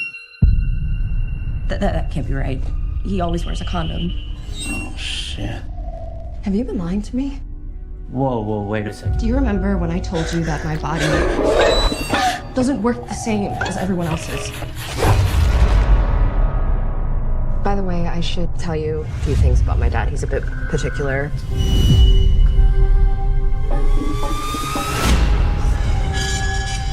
I was more of a cat person. Are you gay? Well, I think your dad and I see eye to eye. He doesn't really like anyone. Oh, hey!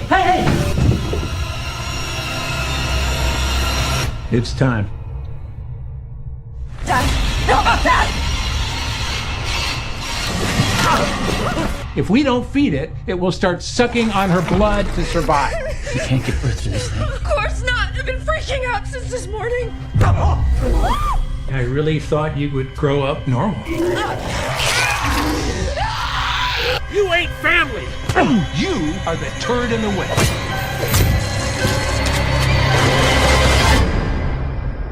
Your mom really died giving birth to me?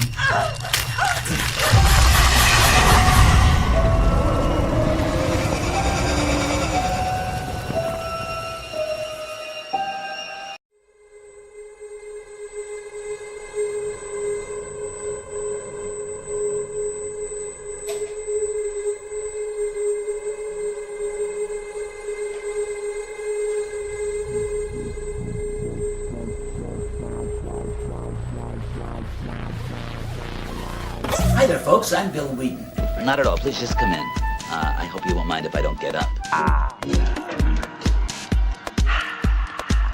The time has come. I'm Lisa Gay, and most of you know me through trauma. That's right, Dean. However, we do have a plan to get the Toxic Avenger to Japan. Mark Torgel here, Melvin the Mop Boy from the original Toxic Avenger.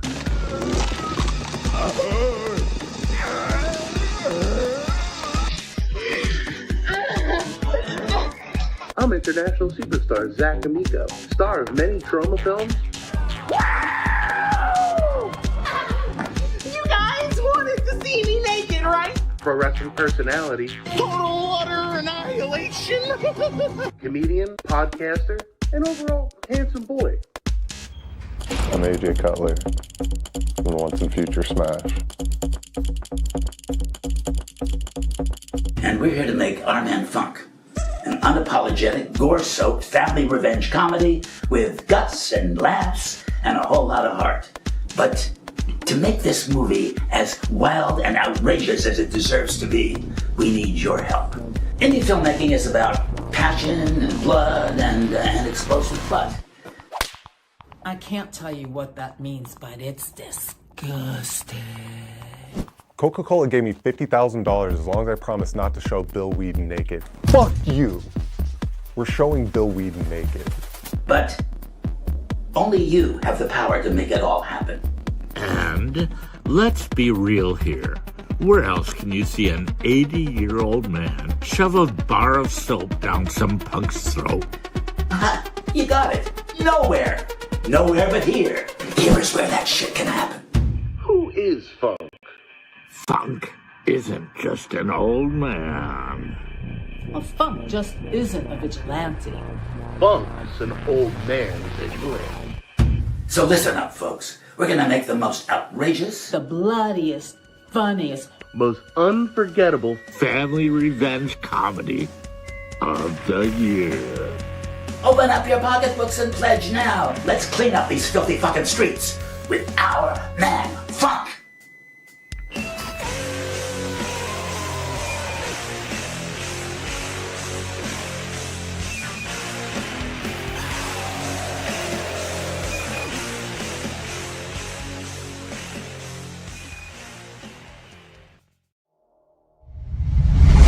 This is Bill Whedon of Sergeant Kabuki Man, NYPD, the Psycho 8 franchise, the Once and Future Smash, and the upcoming Our Man Funk. I'm super excited to be part of my friends Neal, Troy, and Annabelle's first feature film together, Arbor Day. I'll be playing an ancient Viking spirit summoned to help Steve and his guys do battle with the evil tree-loving cult of Arbor Day. This was a role I was born to play.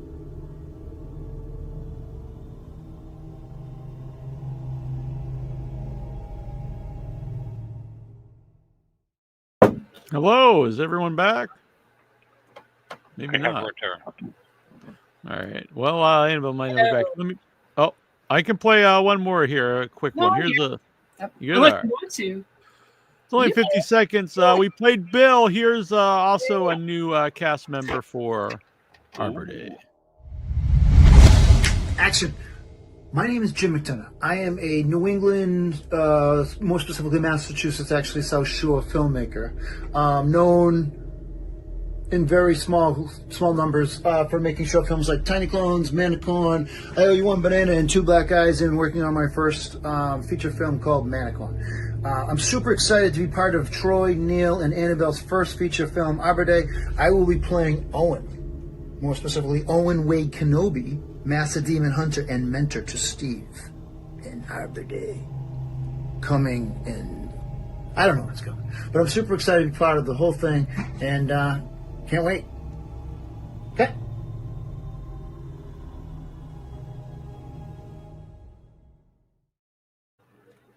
Hell yeah. Jim is a crazy man. He's a fun guy. Yes, he is a fun guy. He makes So great stuff. I don't know why he didn't mention My Darling Pet Monkey. yeah, I don't know. That's a great one. One of my favorites. Y'all check out Jim's stuff. He's freaking.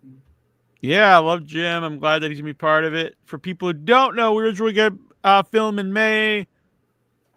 It would have been a huge rush to get the campaign done, launch it now, and basically as soon as it was done, we might not even get the money yet and start filming, which would have been probably not the wisest. So we're gonna still launch it soon, and then we'll have time to get everything together how we want it. It was. I'll got to admit, it was a setup on my end to not have it finished because I'm like, this is not. We do not have shit together. And I was happy. Everyone was aboard. Troy was on board, which I figured he'd be fine with it. Michael actually thought it was the right idea, and Andrew also thinks it's right. Andrew's is gonna be part of some upcoming meetings too, because he wants to talk to everybody, and he's really excited. Cool idea, but I'm like. And Andrew told me to tell everyone. He says by the time we film it, he'll be able to have a drink after we're done with the movie. Whoa! He's not old enough yet. Andrew, look at him being such a good boy. I've never even met this boy. Yeah, now he's. I have such a heart for him. Seems so cute in his pictures. He's just like this adorable, goofy, pale boy with his. Oh my god. I'm a big fan of Andrew. So I'm gonna make him an allergy food friendly cake and bring it. very nice. Yeah, he has a lot of issues about what he can eat. Yeah, get He me has the a very list. I'm gonna feed rare, not a disease, but condition. Yeah, which he got from a tick, but not. It's not Lyme disease. It's from a tick out west. Wow. And I don't know it offhand, but I've looked it up a few times, and it's a progressive. So when he first got it, anyway, This sounds really sad and dark. And yeah, as it progressed, like less and less things you could like, because when we first filmed some stuff, we went out for pizza afterwards, and even at that time he couldn't eat red meat. But since then he can't eat dairy or anything either. So there's less and less things you can handle. Hopefully science changes things quick. Right. So hopefully Yeah. It is also a condition that can go away every so many years. It can just dissipate. Every 7 years when people can get an allergy, one can go away. Yeah. It'd be so great. Yeah. So. Not an easy life. Oh, Todd's dropping some promos himself over here for Astral Plane Drift. Oh yeah, we have to get I'm sorry we did not get him on before this, but it's been a very, very busy time for us. So I'm sure he understands, but we will have him on at some point for sure. Yeah, because it's not like it's the end of the day. There's plenty of other Astral Plane Drifter out and about. Exactly. I noticed Joe was in the chat. We did offer him to be on tonight, but he said he wouldn't be around. I did see in the chat, but we'll have Joe Cash on. We can't do it next week because we have we're gonna have probably a couple of guests. So we're gonna have the folk behind my dinner with Leatherface, which is a great documentary about Gunnar Hansen, which does include some footage from Without Your Head from the very cool. From the panel, which was the last time Gunnar Hansen, Marilyn Burns, and John Dugan were all together. That was filmed by Annabelle. Wearing pretty sweet Chucks during that. I took a picture that was like, holy shit, he's wearing Converse. He's wearing Chucks. Awesome Chucks. And so I had my own little. We had great conversations with Gunnar, Annabelle, and I. And then the one time, I told the story before, but it was at a Mad Monster party. And we were all, and it was the day after, because I always like to leave the day after. And so it was me and Lawrence was there for a while, and Gunnar and a bunch of other people.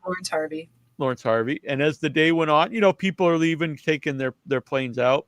Gunnar and I both lived on the East Coast, and there was a big storm. So both our planes were delayed many, many hours. So as the day went on, it just left me and Gunnar. And Gunnar went and bought us Chinese food, which was really cool. And he just started telling me things to look out for at conventions and telling me stories, and I was like, "Oh, it was a really cool experience that I always remember." And he had mentioned seeing a picture. So I still do every once in a while, put up as the header on my Facebook, and he thought it was funny that someone said in that picture that Gunnar is smiling. Like, whoa, you got Gunnar to smile in that photo. And he thought he mentioned that, and I pulled up the photo. He said that always makes him laugh when he sees that comment, because in most photos he's very somber looking. Stone faced. Yeah. But yeah, it was very interesting fellow. Mm-hmm.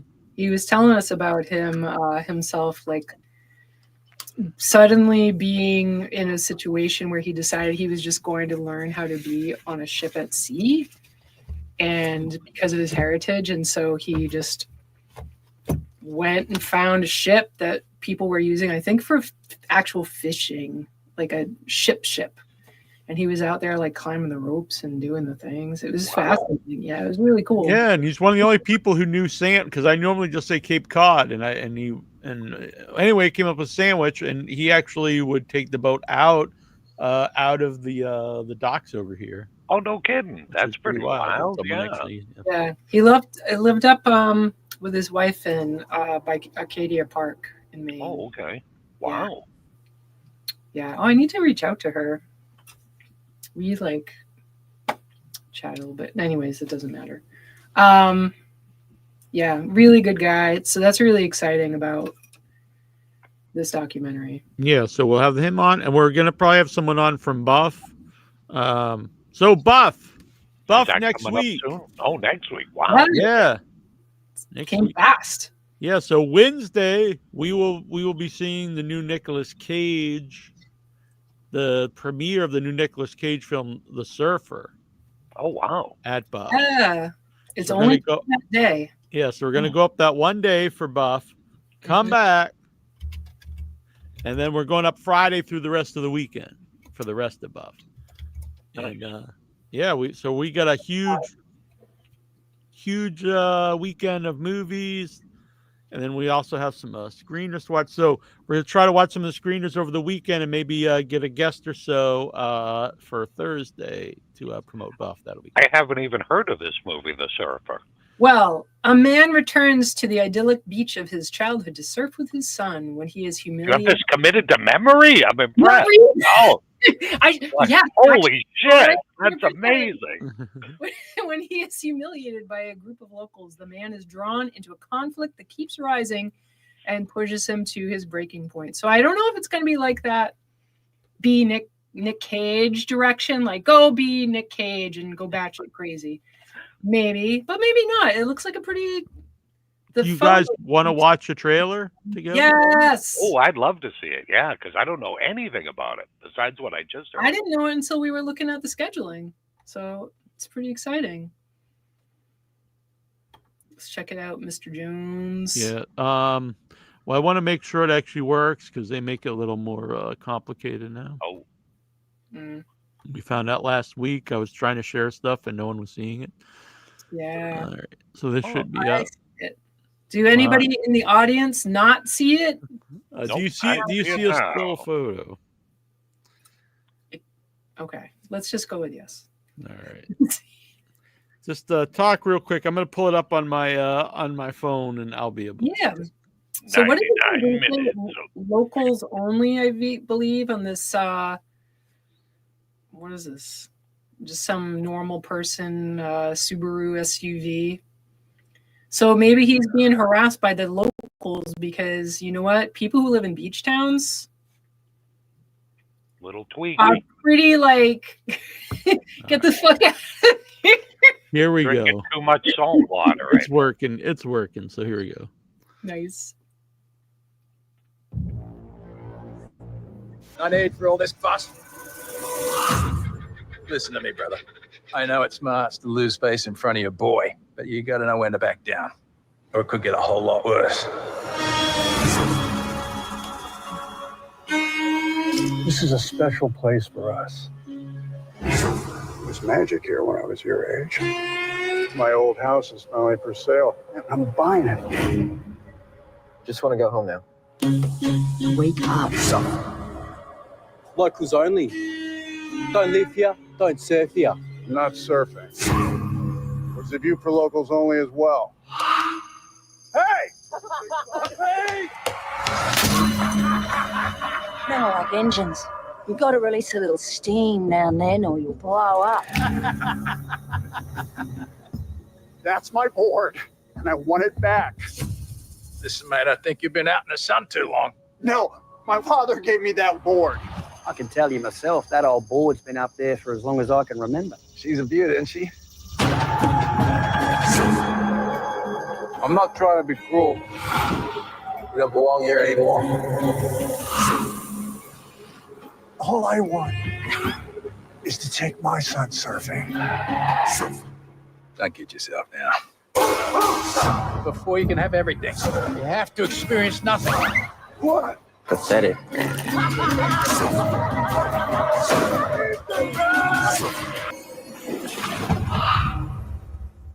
That looks fucking awesome. Yeah, I'm totally in. Maggie vibes from this. I'm loving it. I agree. Yeah, I'm sure you all, like myself, have seen your towns change a lot. Mm-hmm. So, yeah, I feel that vibe hard of just like normal ass people, and then it's beyond gentrified. It's like just totally taken over by like wealth who acts like, oh, it's our place now. Like, go fuck yourself. I live here. This is my home. So I'm gonna watch that and enjoy. Yeah, I'm thinking we're gonna get some crazy Nick Cage going on later in this movie. That's good But stuff. in like a seat, like kind of like the Mandy movie, I think kind of crazy where it's like you've got like and a build to it. Yeah. Yeah. Troy, you got to go see it. Yeah, this one, like after you guys see it, if it's as good as it looks, once it comes out, I'll have to go check this one out. Yeah, I've not seen this, Joe. On a side note, with Australian horrors, have any of you seen Undead? I've not. No. You know what? I haven't really tapped into Australian horror. That would be a good place to go because I feel like I'm making my way around the world. Yeah, Ozploitation. Yeah, like you always find the good ones. Oh yeah. Yeah, I'm definitely down with that. Yeah, is there a list of other things that are going down at Buck? Oh yeah. Oh. There's a lot, and I mean it's packed. We're going to all the shorts programs because shorts. I mean, we're very lucky as press, but when you do go to shorts, you get such a good bang for your buck. Oh yeah. Anytime if you are a person that you have an opportunity to go to a film festival, and especially, I mean, it's tight. It's expensive to go to film festivals because everything, unless you get like a big day pass, which is huge investment, a lot of people can only do like one or two within a reasonable budget. Shorts are awesome because, and Neal and I have talked about this before, if you don't like, I think everybody knows this, honestly. If you don't like one, you just wait until the next one. Yeah. You know, there's always going to be more. I don't think I've ever been to a shorts. Where they're all like, yeah. Oh yeah. What the hell am I even doing here? Yeah, honestly, the buff ones have been really. Have they been really good? Yeah. I've read previous ones we've been to. Let's see. What have you got over there, Neal? I can look up some buff stuff. What are the ones where? Let me see what my spreadsheet. Oh. I made a spreadsheet with Neal last night about the films we're gonna see. Yeah, I don't know if you saw my email, but my text, but yeah, everything is a go. Give us on everything. Awesome. I feel like I should screen share my ridiculous buff. Can I do it? If you want. I think and also we already got some trailers too, so we'll try to watch some of them have to be okayed first, but we did get some screeners already. Well, because Neal and I survived hour and 45-minute disappointment. I think it was over 2 hours, wasn't it? Was it? It seemed like it was 6 hours long. Yeah, look at that. I got the days on the top, which I didn't color out right. But yeah, so Thursday's a podcast. So, you know, we've got the things here that we will these are all the things we're trying to get the Dunwich horror?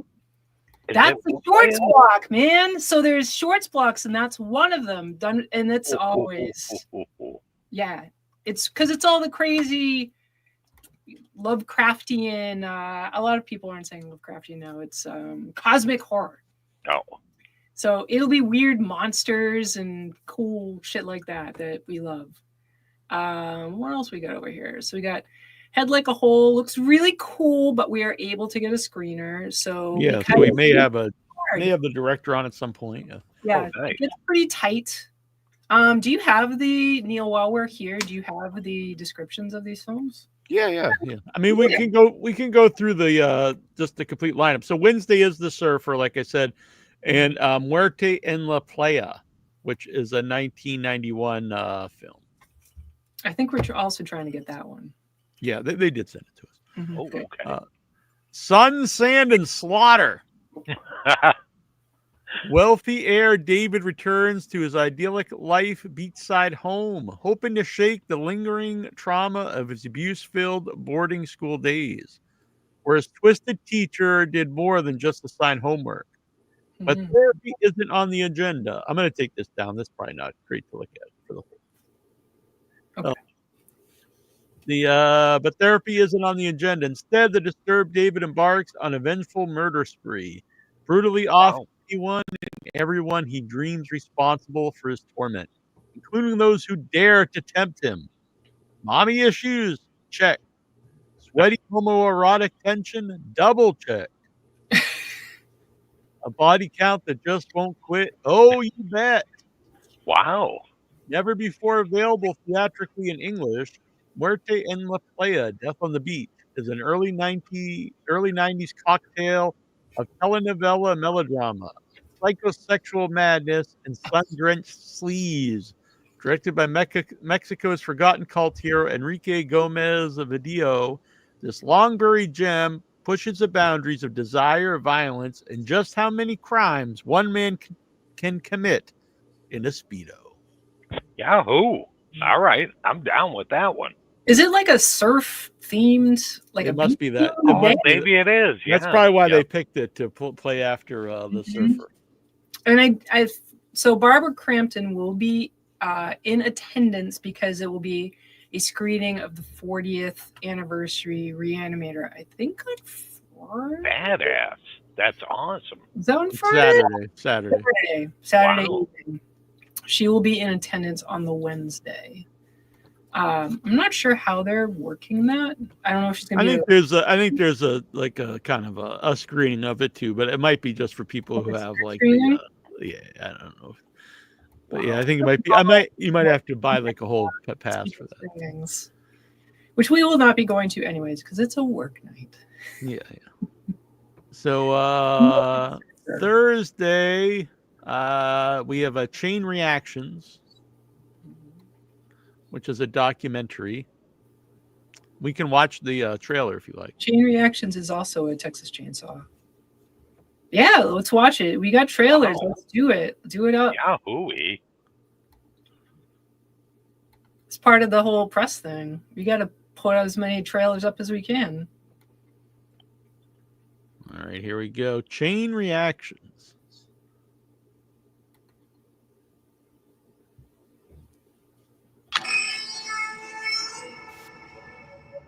I'm Alexander Philippe. You might remember me from 7852, Memory, The Origins of Alien, or perhaps Lynch Oz. A year ago, the owners of the Texas Chainsaw Massacre asked me to cook up something really special to celebrate the film's 50th anniversary. The result is Chain Reactions. 5 distinct perspectives on the Texas Chainsaw Massacre that will forever change the way you watch or think about the film. People are always looking up at the sun. It's like the sun itself has become diseased. It's a home invasion film from Leatherface's point of view. You know, he's really stressed out. It's a hard movie to watch. It's a hard movie to rewatch, and I keep going back to it because it's worth it. Get ready, buckle up, because the buzz isn't just back. It's here to stay. I admire this movie so much, and it was made for chump change, really. It's amazing. それを初めて感じた映画ってやばいんだ。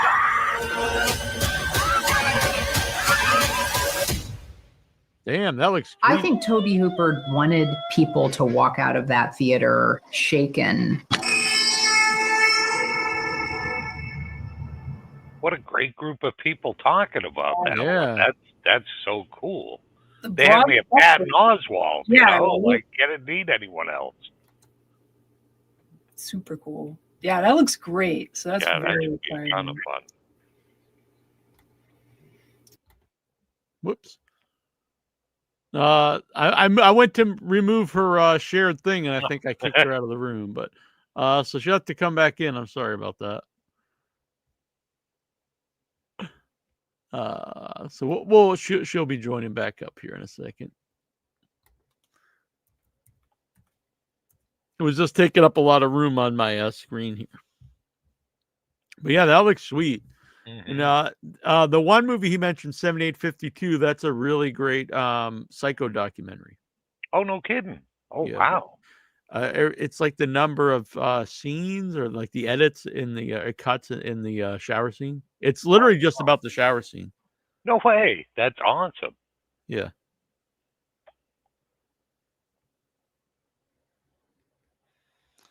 All right. So she's trying to come back. Just like In Your Head, kicking out all the women. Damn.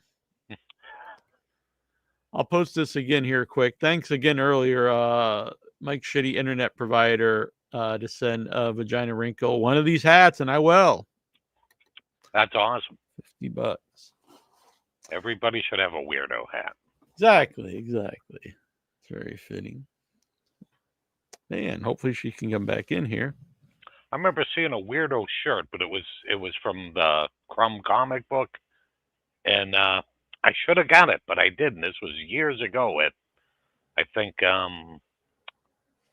Newberry Comics. They had a weirdo comic book shirt. Oh wow! I should have bought it, but I didn't. Yeah. And now I've never seen it since then. All right. Whoops! What happened here? Oh. Why do you keep bumping me?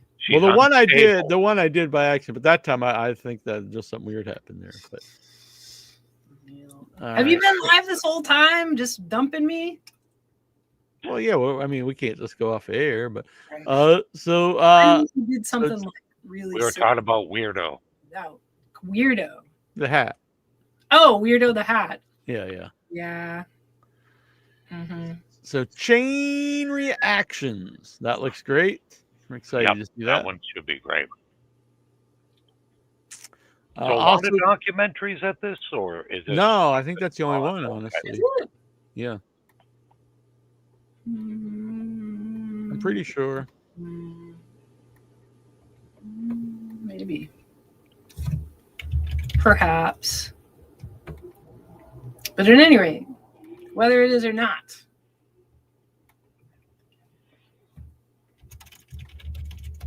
All right. Yes, Jonathan Jackson, indeed. Oh, there is a trailer for this one on YouTube. This Free Waka movie. So let me grab this. I couldn't find it the other night. And what's this is Free Waka? Free Waka? Oh, yeah, from Ireland. Yeah. Oh, okay. Sounds awesome.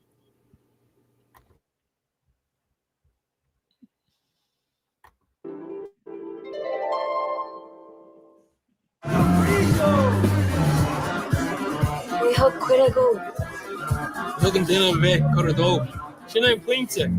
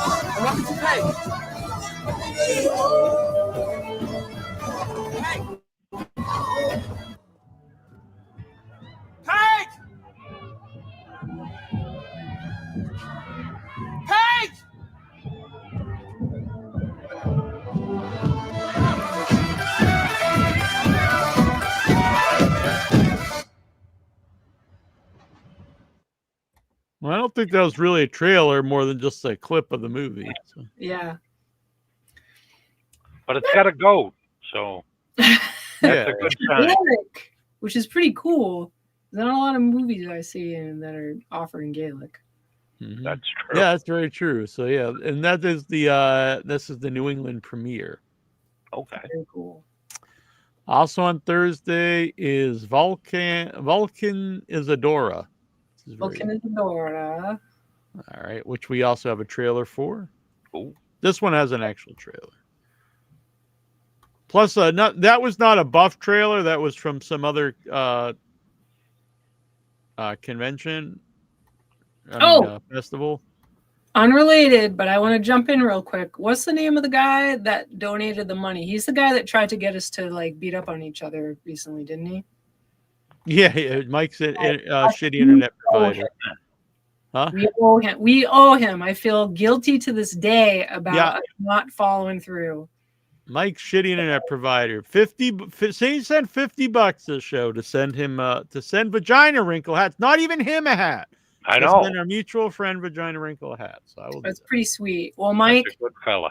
Unless it's super freaking batshit crazy in like a way that we can't handle myself, please let us know, because I feel bad. I think we were gaming at the time and he was like, screw over Neal. Yeah. I just couldn't bring myself to do it. But he did put the money out there and I feel guilt. So now Bucking Isadora. Here we go. Okay.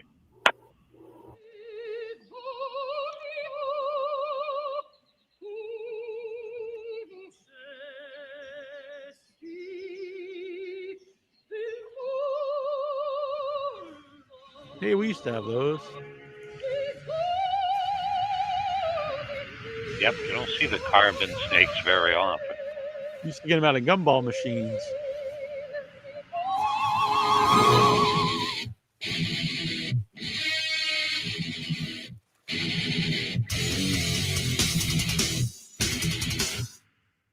All right. Well, I have no earthly idea what that's about. Yeah. Which I kind of like. That's better that way. Well, you got some carbon snakes, which is always good. Mm-hmm. Yeah. All right. Yep. Isn't it weird that now that I think about it, I didn't think anything of it as a kid, but we used to buy those out of gumball machines. So what was it you bought? Those they would call them snakes, and then the thing you light on fire. Yeah, but isn't that weird that they would have stuff for kids to buy for $0.25, then you'd have to go get fire to light them? Yeah, they were different times. Yeah. I still can remember the little smell. Smoking monkeys. Those were the best. Yeah. They would blow the smoke rings. You put the little paper cigarettes into their mouth. Yeah. All right. So up next, the Dunwich Horrors. I don't know if there is a. Maybe there. Do they? I hope so. No, they don't have a trailer. Do you want me to do? I can look for a trailer of one of the shorts. Okay, that sounds good. Right? And you find whatever you find. Are they multiple shorts? Yeah, it's a short block. Shorts is a whole block. Oh yeah. We'll show Head Like a Hole trailer while you look that up. Yes, can do. All right, Head Like a Hole. We may have the director on the show at some point. Here we go. Oh.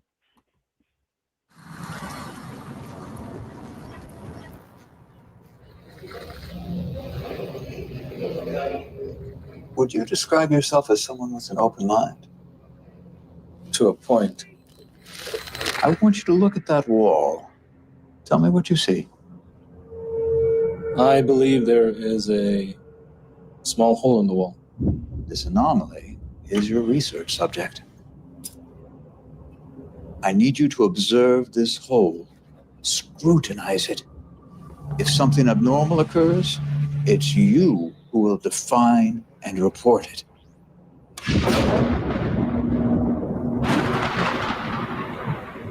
None of you know what you're doing here. Okay, this is insane and dangerous. Nobody is going to abandon you here. Be a mental explorer. Chart the neglected waters of your subconscious, and then maybe, just maybe, you'll figure it all out.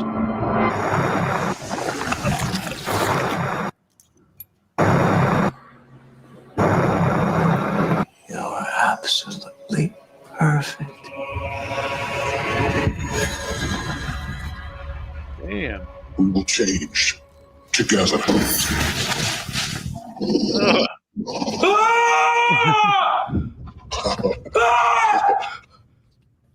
I think that looks super fucking cool. Yeah, that's creepy AF right there. Yep. Yeah. So far, I'm intrigued by all of these flicks. Mm-hmm. I'm still looking, Neal. I'm still looking. Now, if that hole were in a bathroom still, hey now, Jonathan. Small hole. Yeah, that's how me and Jonathan Jackson met. Well, who was on which side of the hole? He's not living up to the stereotype, if that's that's the case. Troy.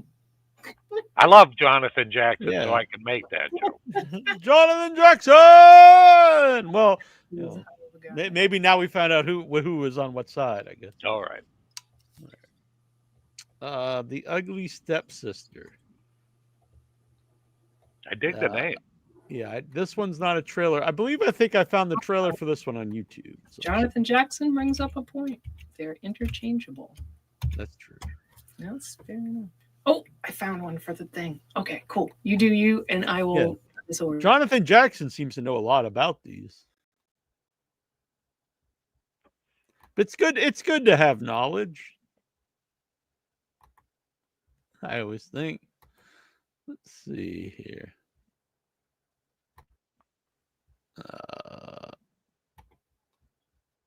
Speaking of glory, no, I'm just kidding. All right, so here we go. Let's pop this up. The Ugly Stepsister.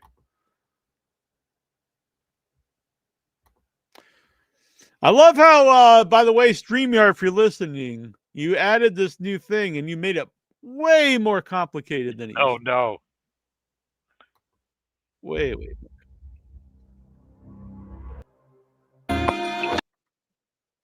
All right, that was another disturbing looking one. Yeah. Yeah. I got a trailer over in the private chat. I grabbed it. So, by the way, Todd was saying like there was ads on the show. I didn't. I normally don't add that. Well, I don't add it. Add it on after the show's over. But apparently, Facebook just automatically put ads on. I took them off earlier. Oh well. So Good sorry, catch. I didn't realize because while we're watching here, we don't see them. But yeah. I know it's just it makes the live show weird. I think they're fine on when the show's over. But live it interrupts. Yeah, that's one of the things that's fun about watching things live is you don't get that. Yeah. All right, here we go. This is Katie's Skin trailer. This is one of the shorts that we playing at Dunwich Horrors. And so, Troy, if you don't know, Dunwich Horrors is what they call the local horrors block. So these are all New that's England horror totally films. awesome. That's totally cool.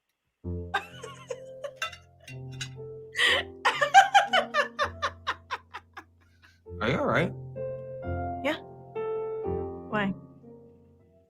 You seem a little off tonight. You seem a little off tonight. You seem a little off tonight. You seem a little off tonight.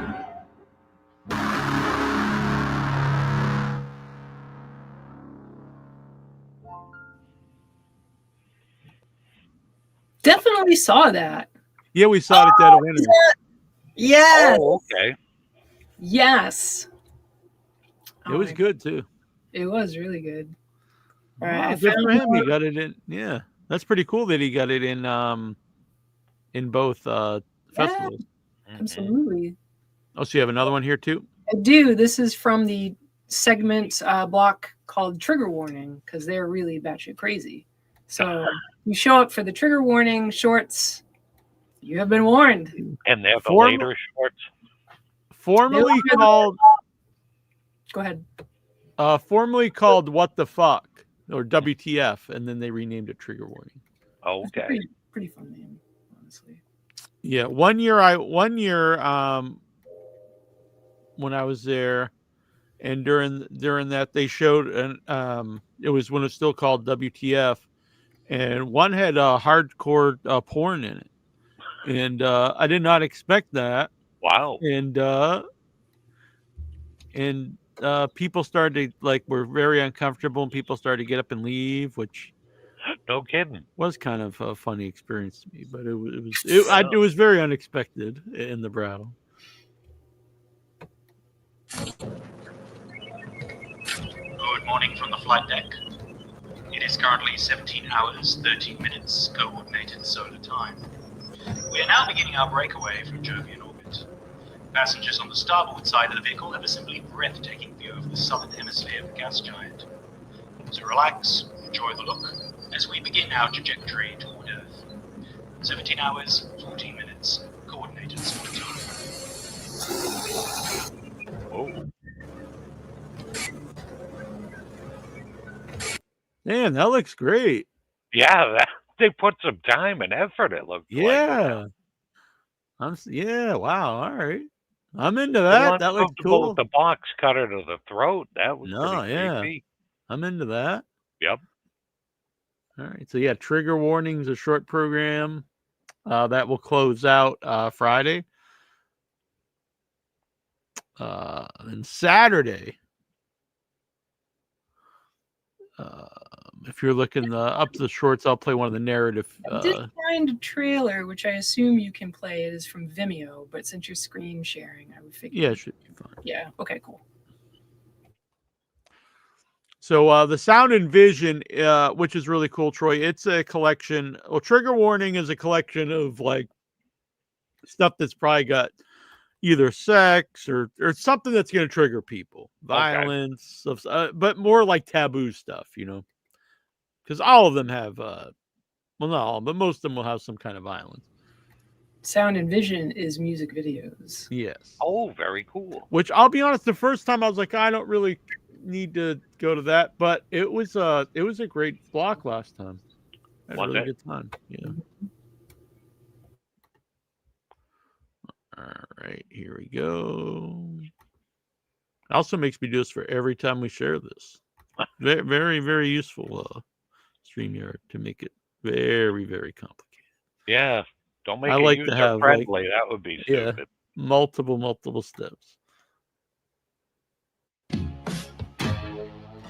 It's okay to focus on yourself. All right. Took longer to set that up, but I'm like, all right, I got one because it's pretty hard. I mean, the trailers for sure. Yeah, and how do you and plus a trailer for a music video? You know what I mean? Yes, but it was a catchy little bit from it. Agreed. I was ready to see more. Yep. Yeah. Yep. I guess that's a good trailer. I'm ready to see more. It did its job. It did. Love to Love You Maybe. Ooh, is a shorts program. Does it say what these are about? Blood, lust, simmering insecurities, delicious fast food. Whether navigating heartfelt emotions or bodily fluids, relationships are messy. Whether together or apart, the only path forward is to chart your own course regardless of what others think.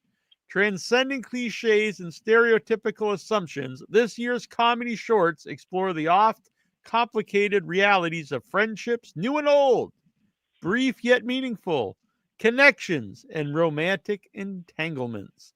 So sit back and get ready. It's time to feel all the feels. Ooh, we got the feels. We do. So it's got a collection of shorts, including Sexy Sweat. Never underestimate the pathos of an aging gym bro nursing a minor injury and a broken heart. Catamaran. If you think your work-life balance sucks, have you ever been a professional assassin? Banjo. Take my virginity. And super circumcise me. Whoa, that one might be a trigger warning one. Yeah, that might have triggered me. The time capsule. When 4 lifelong friends open the time capsule they buried 30 years prior, they release a lost soul trapped in a frosty purgatory. Wow, there's a lot of these. So we're going to show Must Have Got Lost.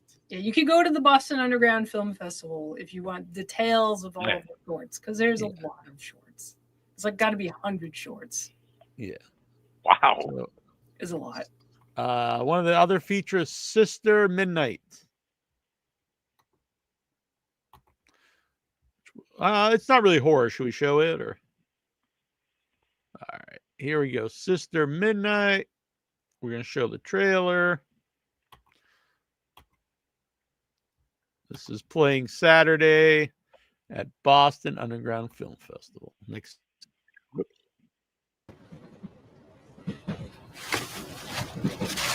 आपकी शक्ल को क्या हुआ? नहीं ढूंढ ली।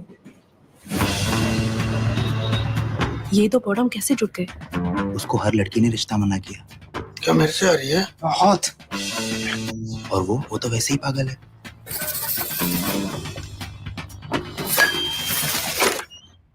ये चक्कर समझ में नहीं आ रहा है। खाना नहीं है। बहुत थक गई। मेरे को नहीं चाहिए मजा।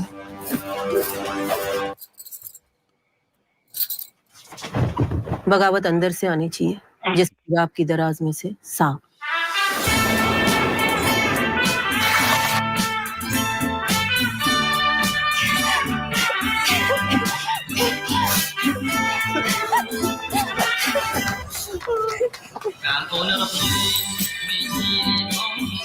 तो ठीक है।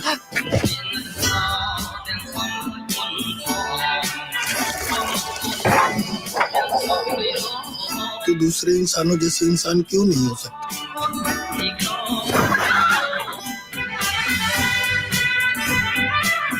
जानवर है तो जो मैं बोलने वाली हूँ थोड़ा पागल लगेगा, लेकिन तेरा विश्वास चाहिए।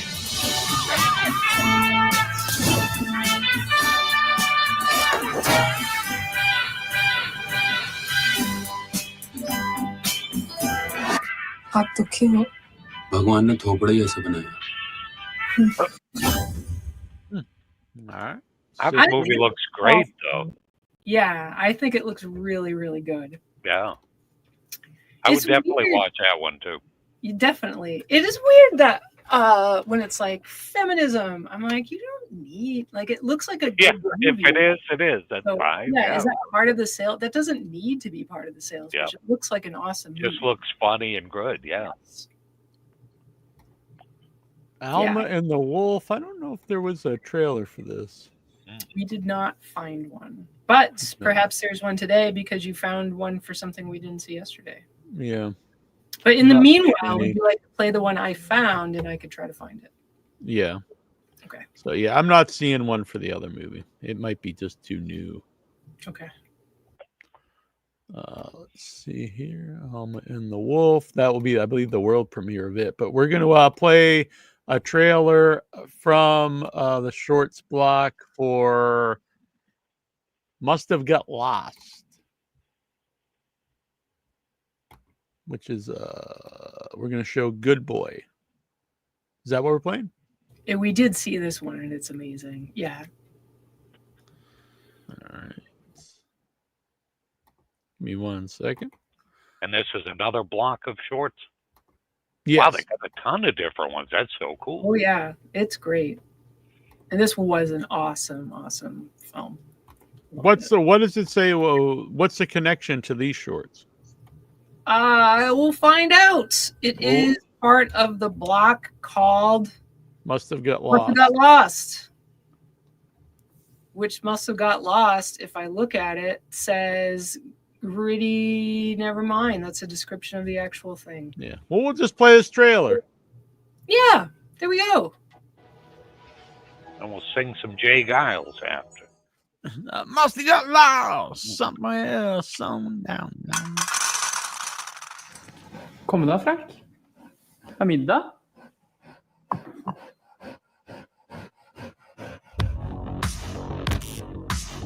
Kom og fortell. Var det en bra date? Han er kjekk. Litt sjenert, men på en sånn sjarmerende måte.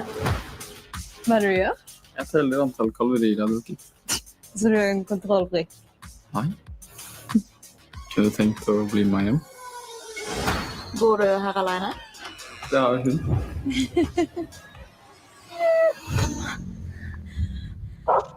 Du sa du hadde en hund. Ikke et fucking menneske i en hundedrakt. Det er veldig viktig at du behandler han som en hund. Ikke som et menneske. Ok? Verden er et grusomt sted. Jeg prøver å bli vant til det. Men kanskje ikke så flink med folk generelt. Frank er en fyr som har gått gjennom mye. Han har ikke hatt noen til å være der for han. Utenom meg.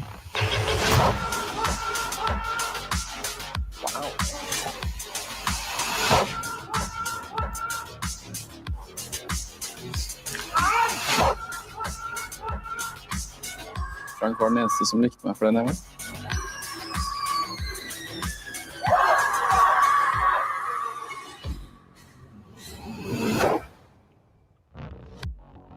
I don't think I saw this. I think I need that movie in my life. I think that looks just insane. It is awesome. Yeah. We definitely saw it at the festival. And Colin rules. Colin is going places. Colin Russell, I can't remember what the one was he did the year before, but it was equally incredible. Wow. It's 18 minutes, and it feels like when you watch it, it feels like this is going to be a feature-length movie. Damn. And when I saw it in the shorts, I'm like, I thought that was a full feature, but it's only 18 minutes. If you don't remember it, good, because you're going to love it again. Yeah, I don't remember it, so I'm really excited for that. So we do actually have a trailer too for Hey Folks, It's Intermission Time mixtape. What? Yeah, this looks crazy. Crazy. This looks very fun. This will close out. I think this is a good way to close out the night on Saturday.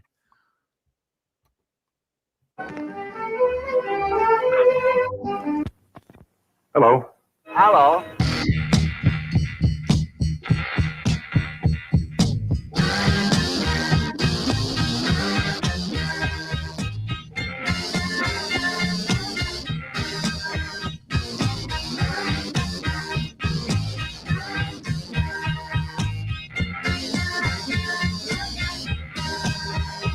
I like to ride in a milk truck and help my old friend Joe here deliver milk. Joe is okay, boy. He sure talks a lot. Wow. All right. I'm in love with that one too. Too bad you didn't grab that intermission shirt, Neal. I know. When we were at the movies. When we went to see the movies, they had a shirt and it said, let's go out to the lobby and get yourself a treat, and it had the dance and popcorn people. Damn, man. Why did you not? It was women's. And they had it spun, like all the graphics were on the back. Oh yeah, I don't really like shirts like little that. Logo. Yeah, I don't really like shirts like that either. So that must have got lost. Ragdoll Dance animated shorts. Oh wow. I didn't find that one yet. So if you've got something else. Yeah. Which, by the way, animated shorts are always really cool. This one, it looks really wild. This is Best Wishes to All. This is the Japanese horror, J-horror. It looks so cool. So at the beginning, I'll just get, like, you might think, I don't know about this, but watch the whole trailer, Troy. Okay. Which obviously you probably will. I don't know where else you go, but fuck this. I'm out. All right, here we go.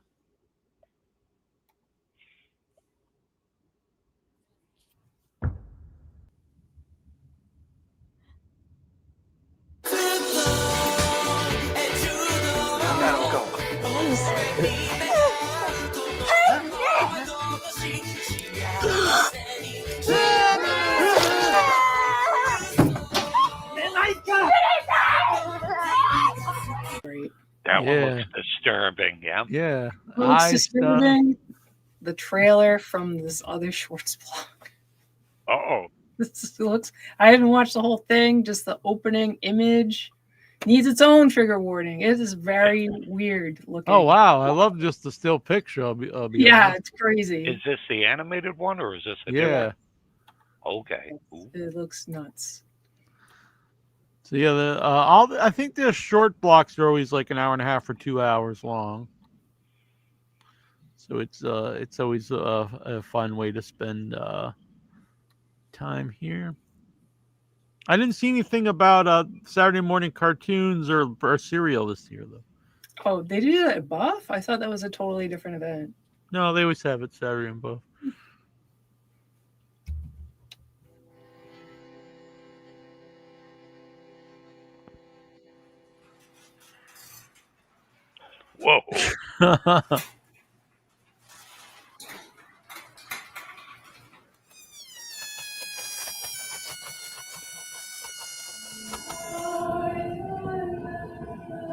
Oh my, this looks awesome.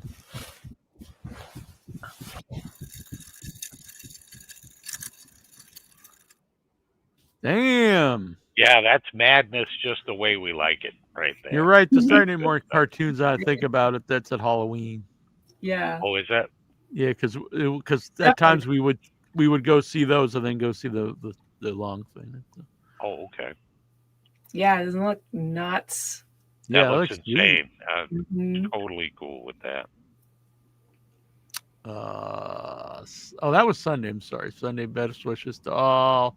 Must Have Been Lost. Ragdoll Dance. Fuck Toys. We will be here forever if we do all. No, I guess we have time. It's not that we're already at all right. Me. This is Sunday. Well, yeah, they don't have the Fuck Toys trailer on here. Is that another block or is that like a single movie? No, it's a movie. All right, so I guess we only have one more to show. Yeah, so we've got Escape from the 21st Century, which is the Chinese film. Oh. And it looks very, very fun. It doesn't look super horror, but very fun. No. Yeah. Okay. But I guess it's not a horror festival. It's an underground festival. Yeah, it's just, weird. We dig weird. Yeah.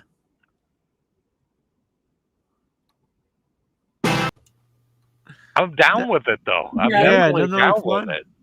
Yep. Looks kind of like a everything, everywhere, all at once kind of vibe from that. I'm digging it. It feels to me like a live action anime. Mm-hmm. Yeah, it definitely does. Yeah. So Joe Cash. So anyway, that's Buff. That starts this Wednesday. It We'll looks be there. fantastic. Looks like a great lineup of goodies. I'm really looking, and we're also going to be playing House of a Thousand Corpses at some point. Nice. Yeah. And you said the Reanimator too, right? Oh yeah. It's a new 4K restoration of the Reanimator. Ooh. So we also this is this is not related to Buff, but Joe Cash sent us this trailer. This is the Undead movie. He was saying it was like the Australian movie that he really liked. Excellent. Yeah. Cool. Thanks, Joe. Yeah, Joe's a good dude. We'll have him on probably in a few weeks. Nice. Rate us. Old. Troy, you saw it. Does it live up to? It's a ton of fun. I wouldn't say any of those things, but it was a ton of fun. Because Brain Dead is one of my all-time faves. Yep. Yeah, it has kind of that Shaun of the Dead kind of feel to it. Pop up Joe's little comment. That's very funny. Bold and untrue. Yeah. I like it. Jonathan Jackson, he wants to see the 24-hour stream. Oh, what, of us? Yeah. All right. Well, you gotta start doing some of this kind of stuff then. For that, the Mike Shitty internet provider, a $50 super chat. And he's got to supply the cocaine.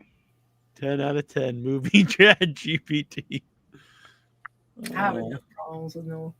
Yeah, Lawnmower and Brain Dead is epic. Agreed. The best. That's the best. Yes. The gnome and the stump. Oh my god. I mean, we could just go all day. We could do the 24 hours just talking about that movie. That movie is one of the best. One of the best.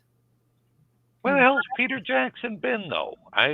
We haven't seen. Maybe it's time I should try to get him on now. Yeah. You never know. Off, for it. Like, get on, boy. Dude. Oh shit! What was the name of the guy who did the effects that came on the show? That was we had a few people from Brain Dead come on. You had the main guy. Yeah, Tim Balm. He was the coolest cat. Just a really, really fun guy. And then I believe the other guy who was the effects guy had also worked on Hellraiser, and was that the guy who did Saving Private Ryan too? Maybe. I think so. Yeah, he had a ton of. He was all over the place with stuff. I'm gonna look that up. He was great. He was a really good interview. He was a super nice guy. Now I need to know. Tim Baum. Yeah, Tim Balm was on twice. He was on once in our early days, and then again with we did it was pretty cool. Zombie Month 10 years ago. And we had Alan Troutman, Tarman, Tom Matthews from Return of the Living Dead, and Jason Live, which I would say is a zombie movie. Tom Wright, who played thanks for the ride, lady. Timothy Baum, Tommy Wirkola, the director of Dead. Is it Dead Winter? And Stuart Conrad, that's who we're thinking of. Oh, okay, yep. Oh wow, so he did not Hellraiser. He'd worked on Dead Alive and Shaun of the Dead. So. Bravo. Pretty sweet. Uh-oh, did Troy freeze up? I don't think so. I think Did your I freeze face is up? frozen. Audio, you were good. Stuart Conran. Yeah. He was a special effects guy, and he has done he has how many credits? A lot, like 100 credits. Makeup department 106, special effects 27, producer, actor, and a bunch of other things. Wow. And he's like I do think he was a person that did Saving Private Ryan and a bunch of other like big stuff. That's pretty rocking. Yeah, pretty freaking sweet. All right. Yeah. Oh, here we go. I was trying to find this. No, I can't find it. Anyway, Troy did a really cool caricature of Tim Balm with the lawnmower. Where he's running through everybody. He liked it. Yeah. I should probably recolor that. I think my coloring is better now than it was at this time. All right. So, yeah, that's Buff. That's cool. It's interesting. There's another local horror convention coming up that we weren't going to be able to go to because it was during filming when we were going to originally film the movie. But maybe we can make it. I don't know too much about it, but I should find out what it is here. Because Esme Oster is having one of her films playing there. Oh wow! Esme is pretty nice. Young person. Yeah. Made zines like zines too. I should have one of those like right in my space right now. I think I do. I just pulled out a business card of someone. The Rat King. Yeah. It's like literally in front of me. Nice. It's a mini zine. It's sick. It's got all the things, including the scan me thing. It's really awesome. I'm gonna steal the copier at work and make a bajillion of them and put them all over the place. Because that's what we do. You steal the things to help the little guy. Yeah, she's really cool. She may be involved somehow in Arbor Day. Nice. Can't have too many good people, I think. Exactly. Strange Maynard.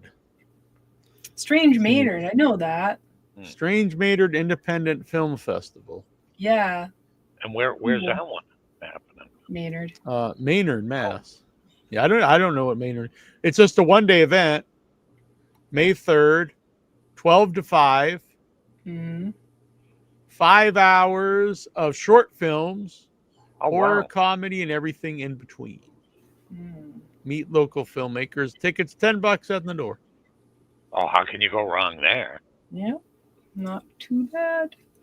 So we'll look into that. I don't know where Maynard is, honestly. That's a good question. I think one of it's those weird Western Mass places. I don't think so. I think it's coastal. Okay. It's somewhere. I think it's. You know what? I'm just guessing. I'm just so curious. Now I need to know.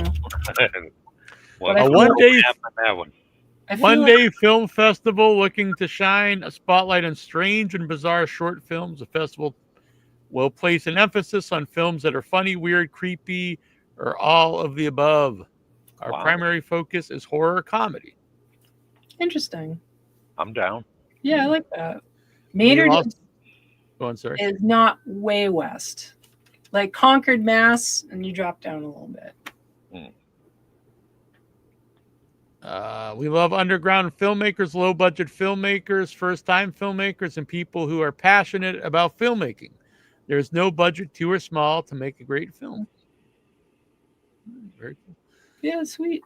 By the way, our first guest, our guest tonight was great. And I also wanted to mention Ty, like I'd known him for a long time. He's also one of our regular judges at Severed Limbs. Yeah. He is also sponsoring Severed Limbs that's coming up in the summer. Oh, very nice. And he is attempting to have our first Severed Limbs simulcast where it will be virtual and it will be in a theater in Buffalo. No shit. Oh, wow. So if that it happens, would be it'll a be riot. really That cool. would be wild. Yeah. That's weird because like part of me is like, well, I would want to be at that, but Neal has to run this shit. Damn, that's awesome. Well, I guess I could go and you could just. Yeah. That's true. Yeah. No, it's really sweet. That's amazing. So we'll see what happens. It's cool. Yeah. You should do a video interview of my good friend Raven Delacroix. I know you didn't. That's very true. It was. I think it still holds the record for our longest interview. Really? Yeah, I believe it was over 4 hours. Yeah, she went on. That was pretty wild. Yeah. No shit. Wow. I also believe it's our most viewed interview. Is it really? I didn't Might know that. be. Yeah, I think it might just be my straight up most viewed interview Oh. of anything. Our. Well, I went our, but I also meant mine, as in also more than in your head and stuff. Oh, wow. That's pretty crazy. Yeah. You'd think like the Iron Sheik or somebody like that would get like, 1 billion Yeah, watch. there's a few of those that have a lot. Like, She is that beloved. 586,000 views. Wow. No way. Damn. What if people just have it on repeat because they love her? That's I don't care. It's That's fine. fine. Just repeat it. Yep. 3 hours and 55 minutes. Wow. In 8 seconds. How is I our? think I have a longer in your head interview, but that's our longest without your head. How is the dinner and a movie one that got like this huge? Yeah, I don't know. That's a good point. That was our which one was that? We had like one that was super randomly very popular. Oh yeah. Like, at the time, I think it was like 50,000 views. There was nothing special about it at all. That's wild, though. It's crazy. The only thing kind of special. So at the end, I think we pretended we were at the beginning because we forgot to do a beginning. Oh, okay. And Neal is. You remember what movie it was? Shit faced. What? Yeah, you're like. It was so bad. And then there's this random young man. He's probably, I don't know, maybe 18-ish. And we're talking, Neal and I are talking. Up behind us comes this kid. And he's. Yeah.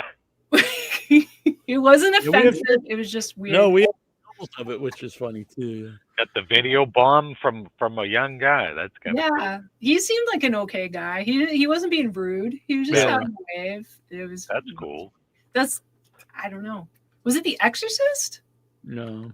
Maybe that's why it was all friends of that kid. He was, he got everybody watching that. It was a new movie at the time. I think it's probably a movie that no one cares about at all. But let me go. I'm gonna go find it here. I'm so curious. It's a Matthew. Oh yeah, that Godzilla. My most viewed wrestling one's 111,000. So yeah, she really dwarfs that one. Here it is, The Possession. Not The Exorcist, The Possession. Close. Yeah, and I it's not remember that movie at all. No, it's not the cool Possession movie from the 80s. This was the new one. No. Again, yeah, this is a movie that no one talks about. Can you play the clip? Is there a possibility to play the clip part of you being ridiculous? You don't have to if you want. I mean, it's over 2 hours. I don't know where to find it or anything. Oh. It's I'll zoom here. It's anyway 61,993. Wow. Why? I don't know. But okay, I'll take it. Anyone out there, if you want to like loop us, I'm not averse. No, I'm not. Oh well, so I actually posted a couple clips of some recent dinner movies. I've been trying to put up some shorts. I like the shorts. They're kind of fun to watch at clips like that. Yeah, some of them do really well. Some of them find hundreds of hits, and yep, some shorts don't, are I don't nice know. because people All right, it's a very like quick world, right? Where the world of TikTok and Instagram where everything's like bam, bam, bam, bam, bam. So having those little things, and then if someone wants to see more, they can go see more, or they can enjoy a little clip and keep it moving. Because I like the little clips of like Zach Amico were pretty good. Yeah. I put some of that. So they have a new thing on this program itself, StreamYard, that lets you do them, but only if the video is under like an hour and a half. So I can't do it on almost any of ours. But sometimes it works out. I mean, you could do them yourself, but they have a program that just will do them for you on here, which is pretty cool. Let's see here. That's not what I wanted. I see. Hold on. This is going to take me a second. Okay. Give me 1 sec, but we're going to do it. Okay. Remember, 26 seconds in is what? Is the clip we want. Oh, okay. Yeah, we recorded the end and pretended to be the beginning. I thought that was correct. Yeah. I vaguely remember that, but wait until you see Neal's head or like roll. Old times. This is long ago. Our galley. I'm not like that anymore either. I'm still have some alcohol, but I'm not like I used to be. Jesus Christ, we were a wreck. I remember the days trying to keep up with Nasty Neal, and yeah, my liver's thankful that I don't do that anymore. All right, here we go.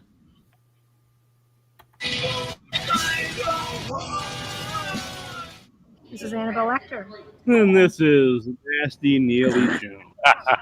This is dinner. And a movie. So we're back in Boston again. About to go see The Possession. We were about to go see The Possession because this is totally not filmed afterwards. Absolutely. It's all filmed in order here on Dinner and Movie. Totally. We wouldn't dupe people like that by filming things afterwards that we should have filmed. Right. Before. I totally ride into Boston half those. Yes, you do. Yeah, I probably do actually. But I'm looking forward to this episode. I have a feeling it's going to be a good time. I think it's going to be a very good time. It's always a good time when we team up and do these. Right. Have our silly adventures. It is. I know it is like a cliche, but cliches are cliches because at one point they were truths. So true. You are still remain the wise fortune cookie of a man.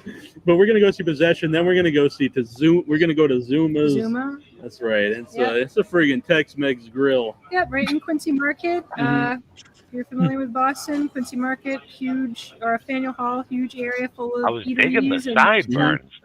Yeah, I was thinking I should grow those back. Yeah. We might miss the street performers a little late at night for that. I trimmed the sideburns for this episode. I did hear that you were getting very hairy.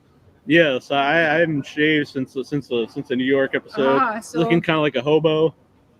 Not Oh like my to look God. sort of presentable. As presentable as I can be on video. I mean, I'm not a miracle worker here. I mean, there's only so much I have to work with. See the hell out of this film. Yes, we are. So we're gonna friggin' see the hell out of it. Then we're gonna eat. We're gonna friggin' eat. Then we're gonna talk. Drinks. We're gonna drinks. I might do this straight edge. I don't know. You think so? Yeah, I've been doing some straight edge stuff lately. I don't blame you. Sleeping. You know, the straight edge is the cool thing. Yeah. I've heard. Straight edge is pretty cool. I agree. That's a cool really. thing. No. Yeah, but All the cool kids. I think you're cool no matter what. You can be straight edge, you can be friggin' drunk ass, but you can still be cool. I agree with that. Mhm. I'll say it's more about what's inside the person. Yeah. You know, there's a lot of people that do a lot of crazy things. They're still decent people. It's all Right. on how you treat other people around you. Exactly. It makes you a good person. You're an adult. Mm-hmm. You're not hurting anybody. But by age. By age, you're an Yes. adult. You're legally capable of making choices, legally speaking. This is going down a totally different road than I expected. I thought this was going to be a fun little intro. Welcome to Dinner in a Movie. Welcome to Dinner in a Movie. Psychological profiling of Yeah, I try to turn various everything people on without your head community. Yes. But I love y'all. It's a weird beard. Some of them we might ban, but we still love you. I love you from afar. I You know just when they did not call wanna people go like there. that? We call them trolls. Trolls. All right. So, if So you're a troll please out there, don't troll without your head. We work very hard to make people feel like happy. I actually and wore the top included hat a and, couple weeks ago. You know, make a I almost put it on. community we're trying to build something Nice. here. I think we're trying to making this something new, try to evolve it, and I like to include everybody. Yeah. There. Yeah. So, and I think big part of that is Annabelle Lecter, and this guy back here is making silly faces. Huge part of the Without Your Head community. Huge. Yeah. He's a massive supporter. I think I sobered up. He's got business cards. He's Yes, just he going to does. pass them out to the masses of Boston. Mhm. So again, thank you, Annabelle Lecter. Thank you, Troy Jones. Thank you, John, for starting the show. You know, I thank you because I wouldn't have this opportunity without you. And I appreciate that you Thanks. You're a recognize huge good things in motivation me for me and to do more of the show. So I really appreciate it. because I see that you really care about it and you have a passion for it, and you should absolutely live it as best you can, and then you are doing it. So cool. All right, let's get on with the show. Hey, this is Annabelle Lecter. Go back and watch those. Fajitas and Ritas. We're Fajitas Ritas there. Unfortunately, last time we were in Boston, we went by and the place is closed forever. It was one of our regular stops. How long ago was that? That looks like it was a while back. Episode? Yeah, because we've aged. 11 years, I think. Oh, wow. We were such cuties. Baby face. Crazy kid. Yeah, I was thinking, boy, I look like a little child there. Yeah. I was probably like 17 or something. 12 years ago. 12 years ago. Wow. Damn. What year was that? So when was the date? The actual date? 2013. 2013, yeah. Damn.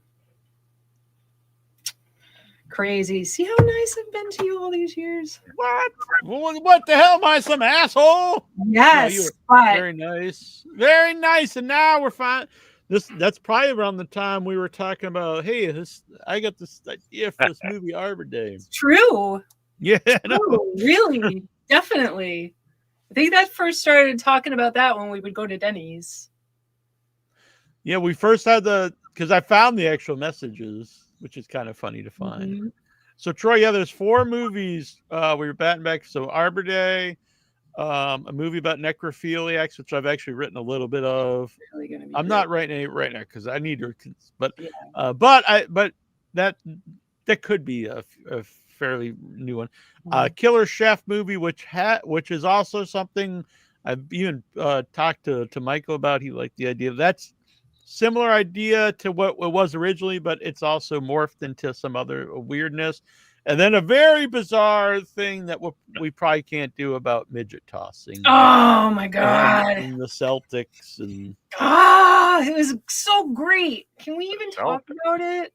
I guess, but I'm just Can we? afraid I think that we're gonna get like like you can't talk about tossing around little people, or something, especially if you call them a certain thing. 12.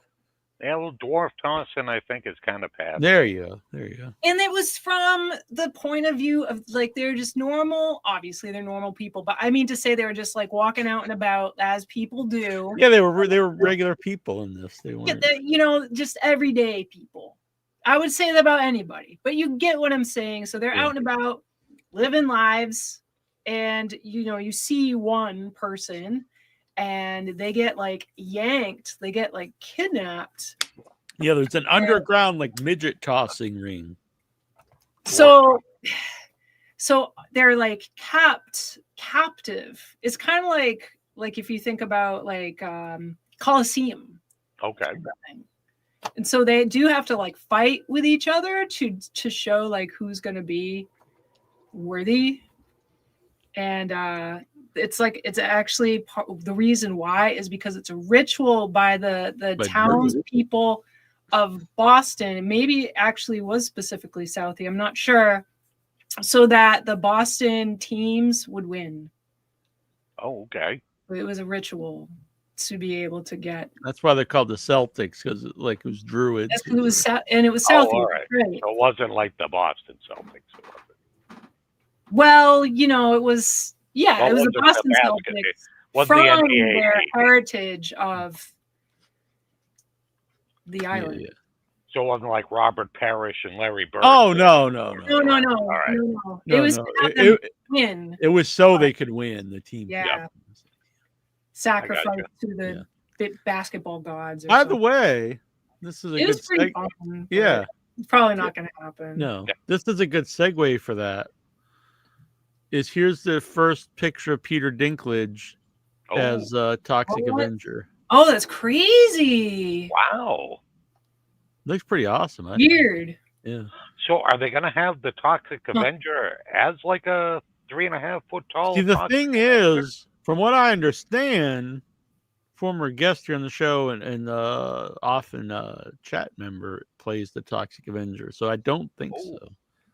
Oh, so Peter Dinklage is going to be like his voice, maybe? Well, they said this is him as the character, so I don't really know. Maybe he melts down. Yeah, maybe, I don't know. And compresses into like a powerhouse. And then grows big. Yeah, I don't know what's He happening. didn't seem that way. He's just a fucking badass. Oh yeah, well, I mean Peter Dinklage, he's the man. Well, what I was saying is the guy who played Darth Vader. Oh wow! I believe plays the Toxic Avengers during. So I'm not sure exactly what's happening. Not the Melvin, the Toxic Avenger. No. Okay. But I believe that is Peter Dinklage as him too. So I'm not exactly sure what's going on. Clearly not. I'm still down. Oh, yeah, right? I'm curious. I want to know. Joe has seen the new Toxic Avenger, and it's not too bad. I have not seen it. Yeah, Todd really liked it. He reviewed it on our website. Joe's all about the top hat. We've been talking about being a little snazzier lately, Joe. When we went tonight, I thought it was fitting of that movie, but actually, Spence does not play. I thought he played the Toxic Avenger, but he plays a villain in the Toxic Avenger. He plays the Monster Garbinger. So that actually, I guess, was Peter Dinklage. And Spencer is actually going to come back on the show when the Toxic Avenger comes out, so when he can talk about it. Will Peter Dinklage come on the show? I don't know. Probably not, but we can. He's going to be the fucking Toxic Avenger. That's true. I don't know. We'll try. Yeah, got nothing to lose. Mm-hmm. Here's a couple of things I want to show. Look. Come on, that's pretty sweet. I want me gold. I love it. Not green. Yeah, but who cares? In the video game version, he is. Video game version. This video, yeah, the Slasher Man video game version, he's green. They're always after me, Lucky Charms. Exactly. Which is not something Leprechaun says. Oh. That you're right. rocks. That one I'm all. Oh yeah, I'm in love with that one. Even her eyes looking to the side. That's yep. That one, yes. 100%. That's one of my favorites, honestly. It's amazing. It took me a long time to get the Father's Day face to look, right. But it looks great though. I really like this one too. And Bedelia looks perfect, as the cake. I just watched this movie recently. Nice. Got the May Queen. Oh, I love it. I haven't seen that one before. Oh my god. Through Midsummer. Mm-hmm. Yep. And boom. Oh, the balls. You're stepping on my head. Using your Never boost. trust Larry. Watch out. Well, here you are, Annabelle, actually. Yeah. Very nice. Sweet. I gotta work on some of the shit. There's Todd. Yep. Todd to my. He's in the dark robe. My left, but yeah, he's got the beard. That's a yeah.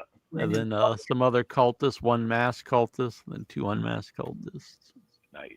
Mm-hmm. All right. I enjoy making those. I have a really big project to make for 8-bit people. For I saw he was in here actually earlier, Adam Newman, for Around the Decay. Oh, very nice. I won't say my story because it's embarrassing for people. Never mind. All right. Yeah, he's a good man. So I did have a list of new movies come out, but it's getting pretty late here. It's after 11. It is after 11. Yeah. We could save that one for the next time. Yeah. But hopefully people got a good sense of Buff. And even if you're not able to go to Buff, check out your local film festivals. And then there's ones like Neal runs these programs.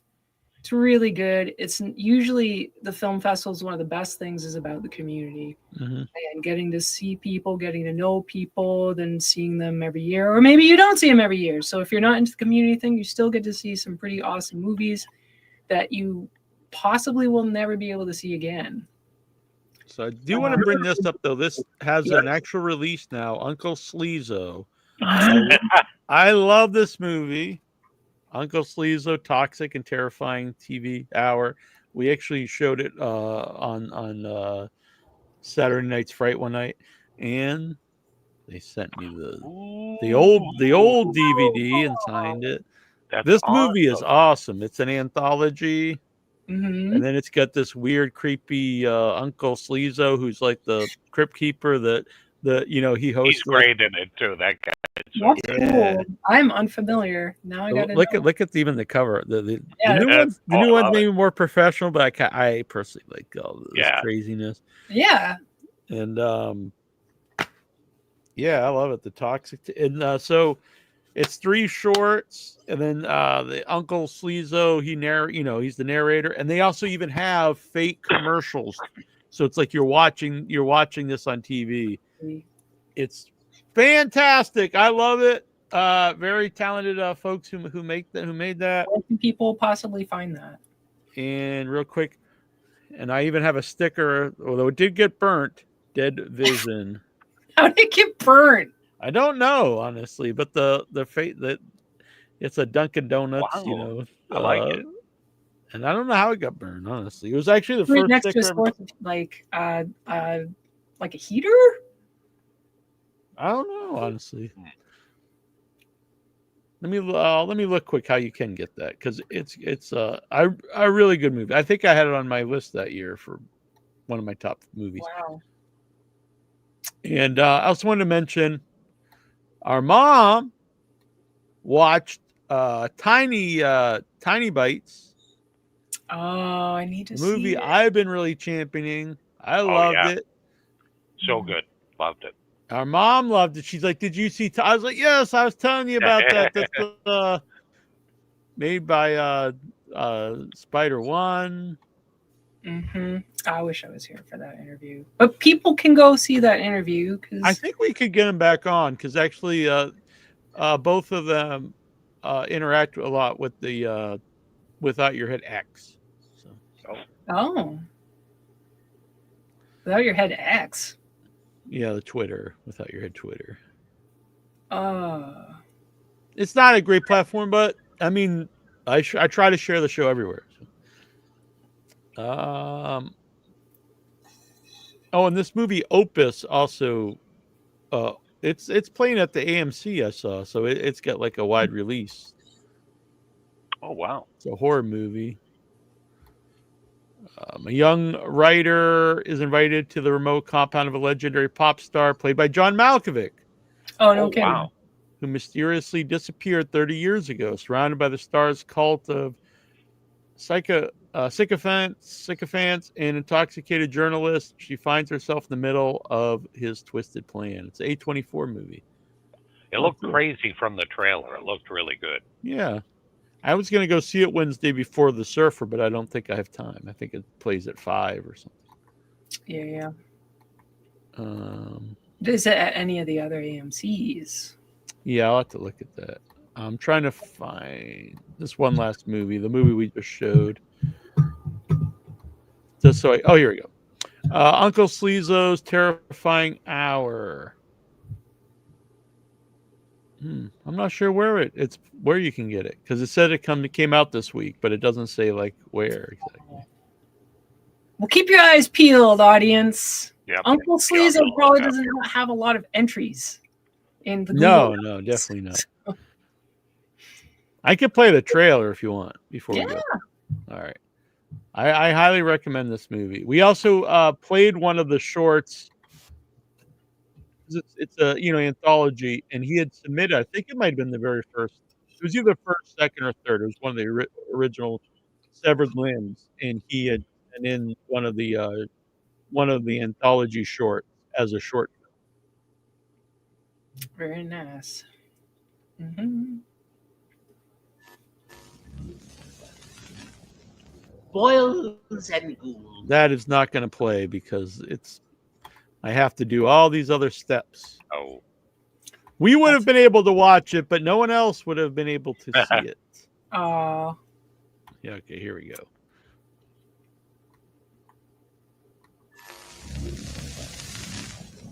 Boils and ghouls, freaks of all ages. Welcome to Uncle Sleazo's toxic and terrifying TV hour.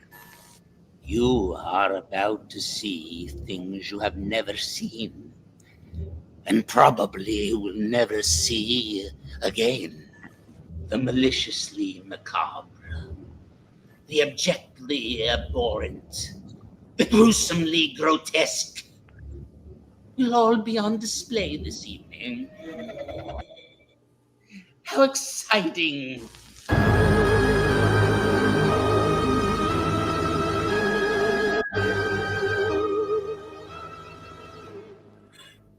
Oh my god! It's awesome. It's great. The movie is so good. And it's just as good as it looks on the trailer. Wow. It's really, really fun. Is he an actual horror host that does stuff? Because that guy is no, but he should be. He should be. He so should Seriously. A role he's born for. My God. Yep. Creepy. Like, legitimately, I'm like, holy shit. This guy is yeah. a freaking freak. Unnerving guy, yeah. Yes. That was not an insult. That was a compliment. No. Oh, absolutely. Lucky Cerruti. A really talented filmmaker. Cool. We need them on the show. Yeah, he's been on. It was years ago, but we should 2022, I guess. Oh yeah. So we should get him back on. He just made a new movie too, I believe. Or he's making a new movie. But yeah, he's the man. Dang. You would like him a lot. He's a really cool guy. Yeah. If he's making stuff like that, I should hope so. Yeah, I've not seen his one movie, The Kindness of Strangers. That sounds very familiar. Yeah. I'm wondering if I have seen it. What's that? Do you have an image you can pull up? Not really. Don't. Yeah, they don't let you save images right off IMDb. They'd be like weird about it. But on the search for the perfect venue for their wedding, Sarah and John find their accommodations at a popular travel app. They are warmly welcomed by their host, Gail, and things seem too good to be true.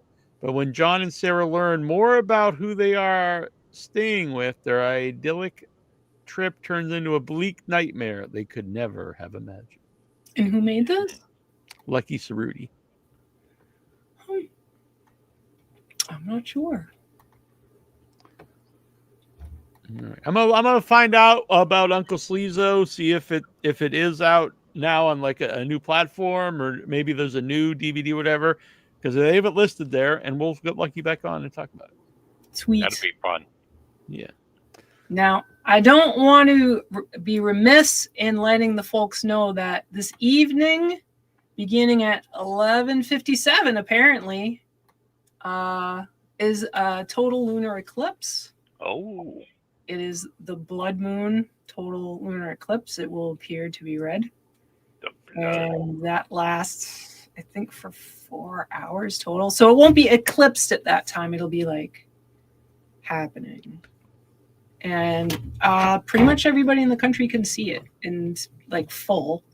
and then some other places on Earth can see it a little bit. So wherever you are right now, check it out. Yeah. Yeah.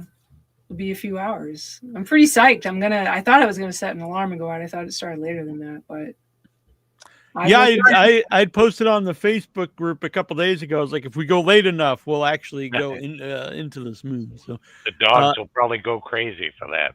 Yeah. So one last thing I'm going to show you. Only take a second. This is a mock-up of something that will be in Arbor Day and will be a perk in Arbor Day. And I know people have seen before my Greasy Flakes design. Troy drew the photo, and I designed the box. And so, but if we make the actual boxes for the movie, they need backs.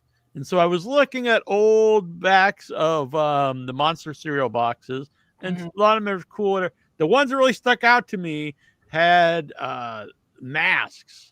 Oh, the best. So boom, yeah. look at this. With the dotted line. Awesome. Yeah. Yeah, well, I might add the dotted line. Oh, yeah. So here's the back. Dotted line. Oh, my God. Instructions: cut it out, put it on, be greasy. That's classic. I love it. Kids, here's a great disguise. A Greasy Flakes mask. Fool your friends. Safety precautions. Do not use your teeth. I love Play it. as Greasy Michael, which I may change that name, but I don't know. Greasy Michael's kind of Greasy cool. Mike, yeah, or maybe Greasy Mike. Either way, it's Greasy Mikey, isn't he a Mikey? yeah, it could be Greasy Mike. And also, Mikey was a serial kid. Yeah. Hey, give it to Mikey. He'll eat anything. Yep. Yeah. That was the Cinnamon Life kid. Yeah. Cinnamon Life. I love Cinnamon Life. Yeah, it's pretty good. Do they still make it? Yep. I still eat it. Interesting. Maybe that'll be a future purchase. And today marks my 10th day without a cigarette. Why? Amazing. Thank you to the good people at Fume. Wow. Tried this, and I'll be perfectly honest, it's amazing. Yeah. Because no batteries, no tobacco, no nicotine. It's a little flavor insert, and you just get flavored air from this thing. No shit. So it's not even tobacco. It's nothing. No, it's nothing. It has no Whoa. batteries, no mist, no smoke. And they call it the good habit. And it's kind of neat because certain cities like Tokyo, you cannot smoke in the streets anymore, but you can still do this. You can do this on a plane. You could do it at the movie theater, anywhere you want, because there's nothing that happens. It's just flavored air. And so I started out with a mint, and then I just changed to you get about 3-4 days out of the insert. And I just went with the cinnamon, which Nasty Neal can attest is really, really tasty. Yeah, it's really good. I tried the mint too. Both were really good. Maybe I'm going to start a new habit here. Yeah, it's a good habit. So anybody that wants to do it, do it. It gives you like a shot of like really like cool air. You know, when it's the mint one was minty flavor, and then the cinnamon one had this. It's really good. It's like I have a licorice one that I haven't tried yet. So that's like my if you're next one. chewing gum and you breathe in air, you know, and you get like, especially when it's real powerful, and it's kind of like that. It's really, really wild. New sponsor for the show. How much does this cost, Troy? I think if you get like the kit and it comes with the gizmo itself, and then like a 3-pack of flavor inserts, I think it was like $75, but it's made of wood and metal. It's like, oh, really? Yeah, it'll never, I don't think it'll ever break. And it's magnetic when it slides together. So it's, and you can adjust the airflow. Wow. That's which is pretty really neat. cool. Yeah. And if you smoke cigarettes, that's really not very expensive. Oh, exactly. You're talking about a week's worth. But if, Yeah. And then after that, you just have to buy the inserts. Yeah. And they're like $10 for 3, which will last you like a week. So you can't really go wrong. That's like not even, far, that's like so one good. pack of cigarettes. Yeah, exactly. Wow. Unless they want to be our sponsor. And, I'll be honest, I've seen podcasts where they are sponsors. That's where I first heard about it. Right, So man. maybe, well, look into it. Yeah. Yeah. What is it called? Fume. F-U-M. Fume.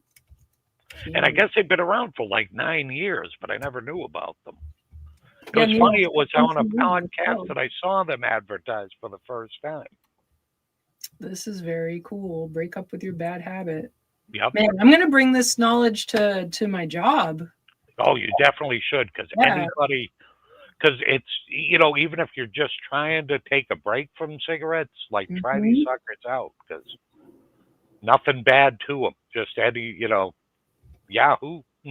Yeah, and I know so many people that's really is about that. Oh, it is. It's like the mouth draw feel, like everything about it is just, it's great. And I've noticed Troy doesn't have the cough when we're out and about. And Yeah. me and Troy were doing some location scouting at new trails, and they were a lot bigger than the other trails we were at before. They're flatter, easier to walk around, but it was much bigger space. And I'm used to walk around these places, but the last couple, I didn't say anything, but Troy was, it was a little hard for him, but he walked around like when we were a little kids. wheezy there for a while. Yeah, you were not wheezy at all, and we had no issue walking around, and he wasn't coughing. It was good. Yep. That's awesome, Troy. I'm super So happy. far, so good. You know, if somebody dropped a pack on the table, I might smoke them all right now. But you know, so far 10 days, so I'm doing all right. That's good. Yeah, so we're gonna do. You won't go back, but you know that you can do it. Yep, which is great.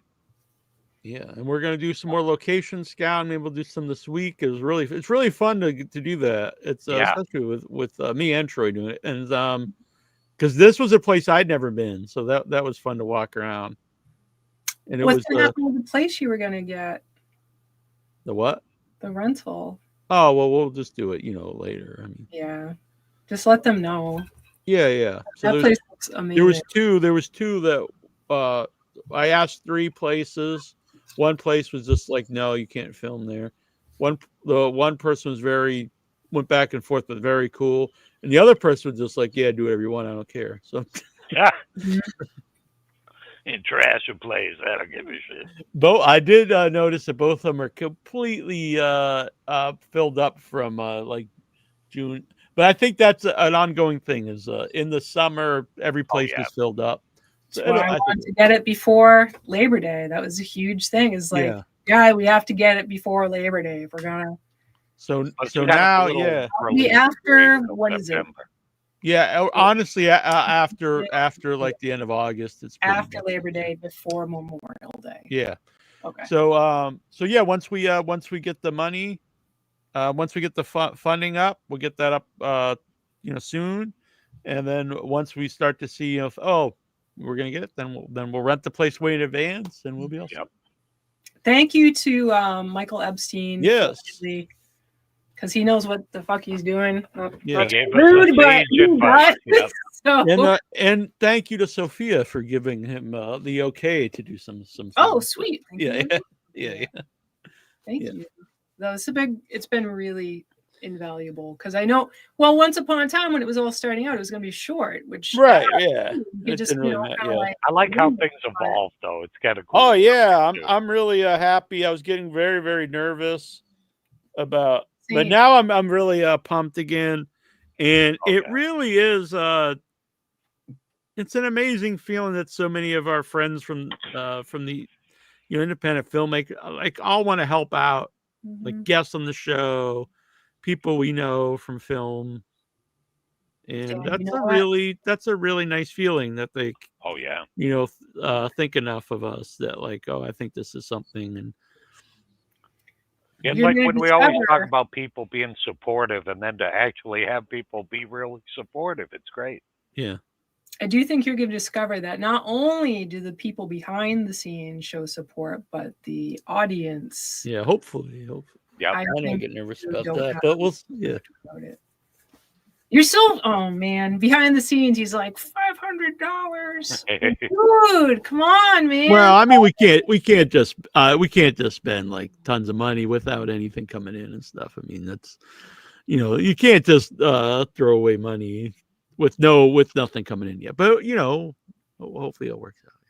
Well, guys, the dogs are starting to make noise, so I Yeah, think I almost gotta get up. 1:30. I've got a work day. Yep. But it was lovely being with y'all. Yeah. I'm excited about Arbor Day. We're getting right on track. Yeah, Arbor Day. Then we got Buff next week. Yes. Lots of Exciting stuff going times. on. Yep. Buff, and we got board games. Yes. All kinds of fun stuff. Absolutely. You'll have to share that thing I sent you, Neal, for that other game that they were having the Kickstarter for. Yeah, I'll put that in the group. Because it looks so cool. What I is forget it? what it's called. It's a slasher board game thing. It looks great. I can't remember what it's called. You you sent it to me text. It's called. All right, I'll see you guys. All right. What is it called? I don't know. I'll find it though. It's it looked really cool. You know, that's the thing. Those crowdfunder. There's a lot of really cool board games. And do they get funded? Yeah. All right. Just bear that in mind. Yeah, but I mean, good. board games themselves just have a built-in audience. Neil Jones has a built-in audience. I don't know where this is. Anyway, I'll post it in the group. We'll be back next week. This is Nasty Neal. This is Annabelle Lecter. That was Terrible Troy. Indeed, it was. Yeah, big thanks to Mike Shitty, internet provider, for helping support the show. And I will get a weirdo hat out to VW. I have her address, so I can send it to her because we're tight like that. So until next time. Oh dear. Well, you and Vagina Wrinkle are tight, huh? Yeah. So she may be helping in the movie. So, What? Yeah. She may be giving some help in the movie. Oh, I thought you said something different. No. Okay. No. But I don't want to dox her real life like what she does. So anyway, this is without your head.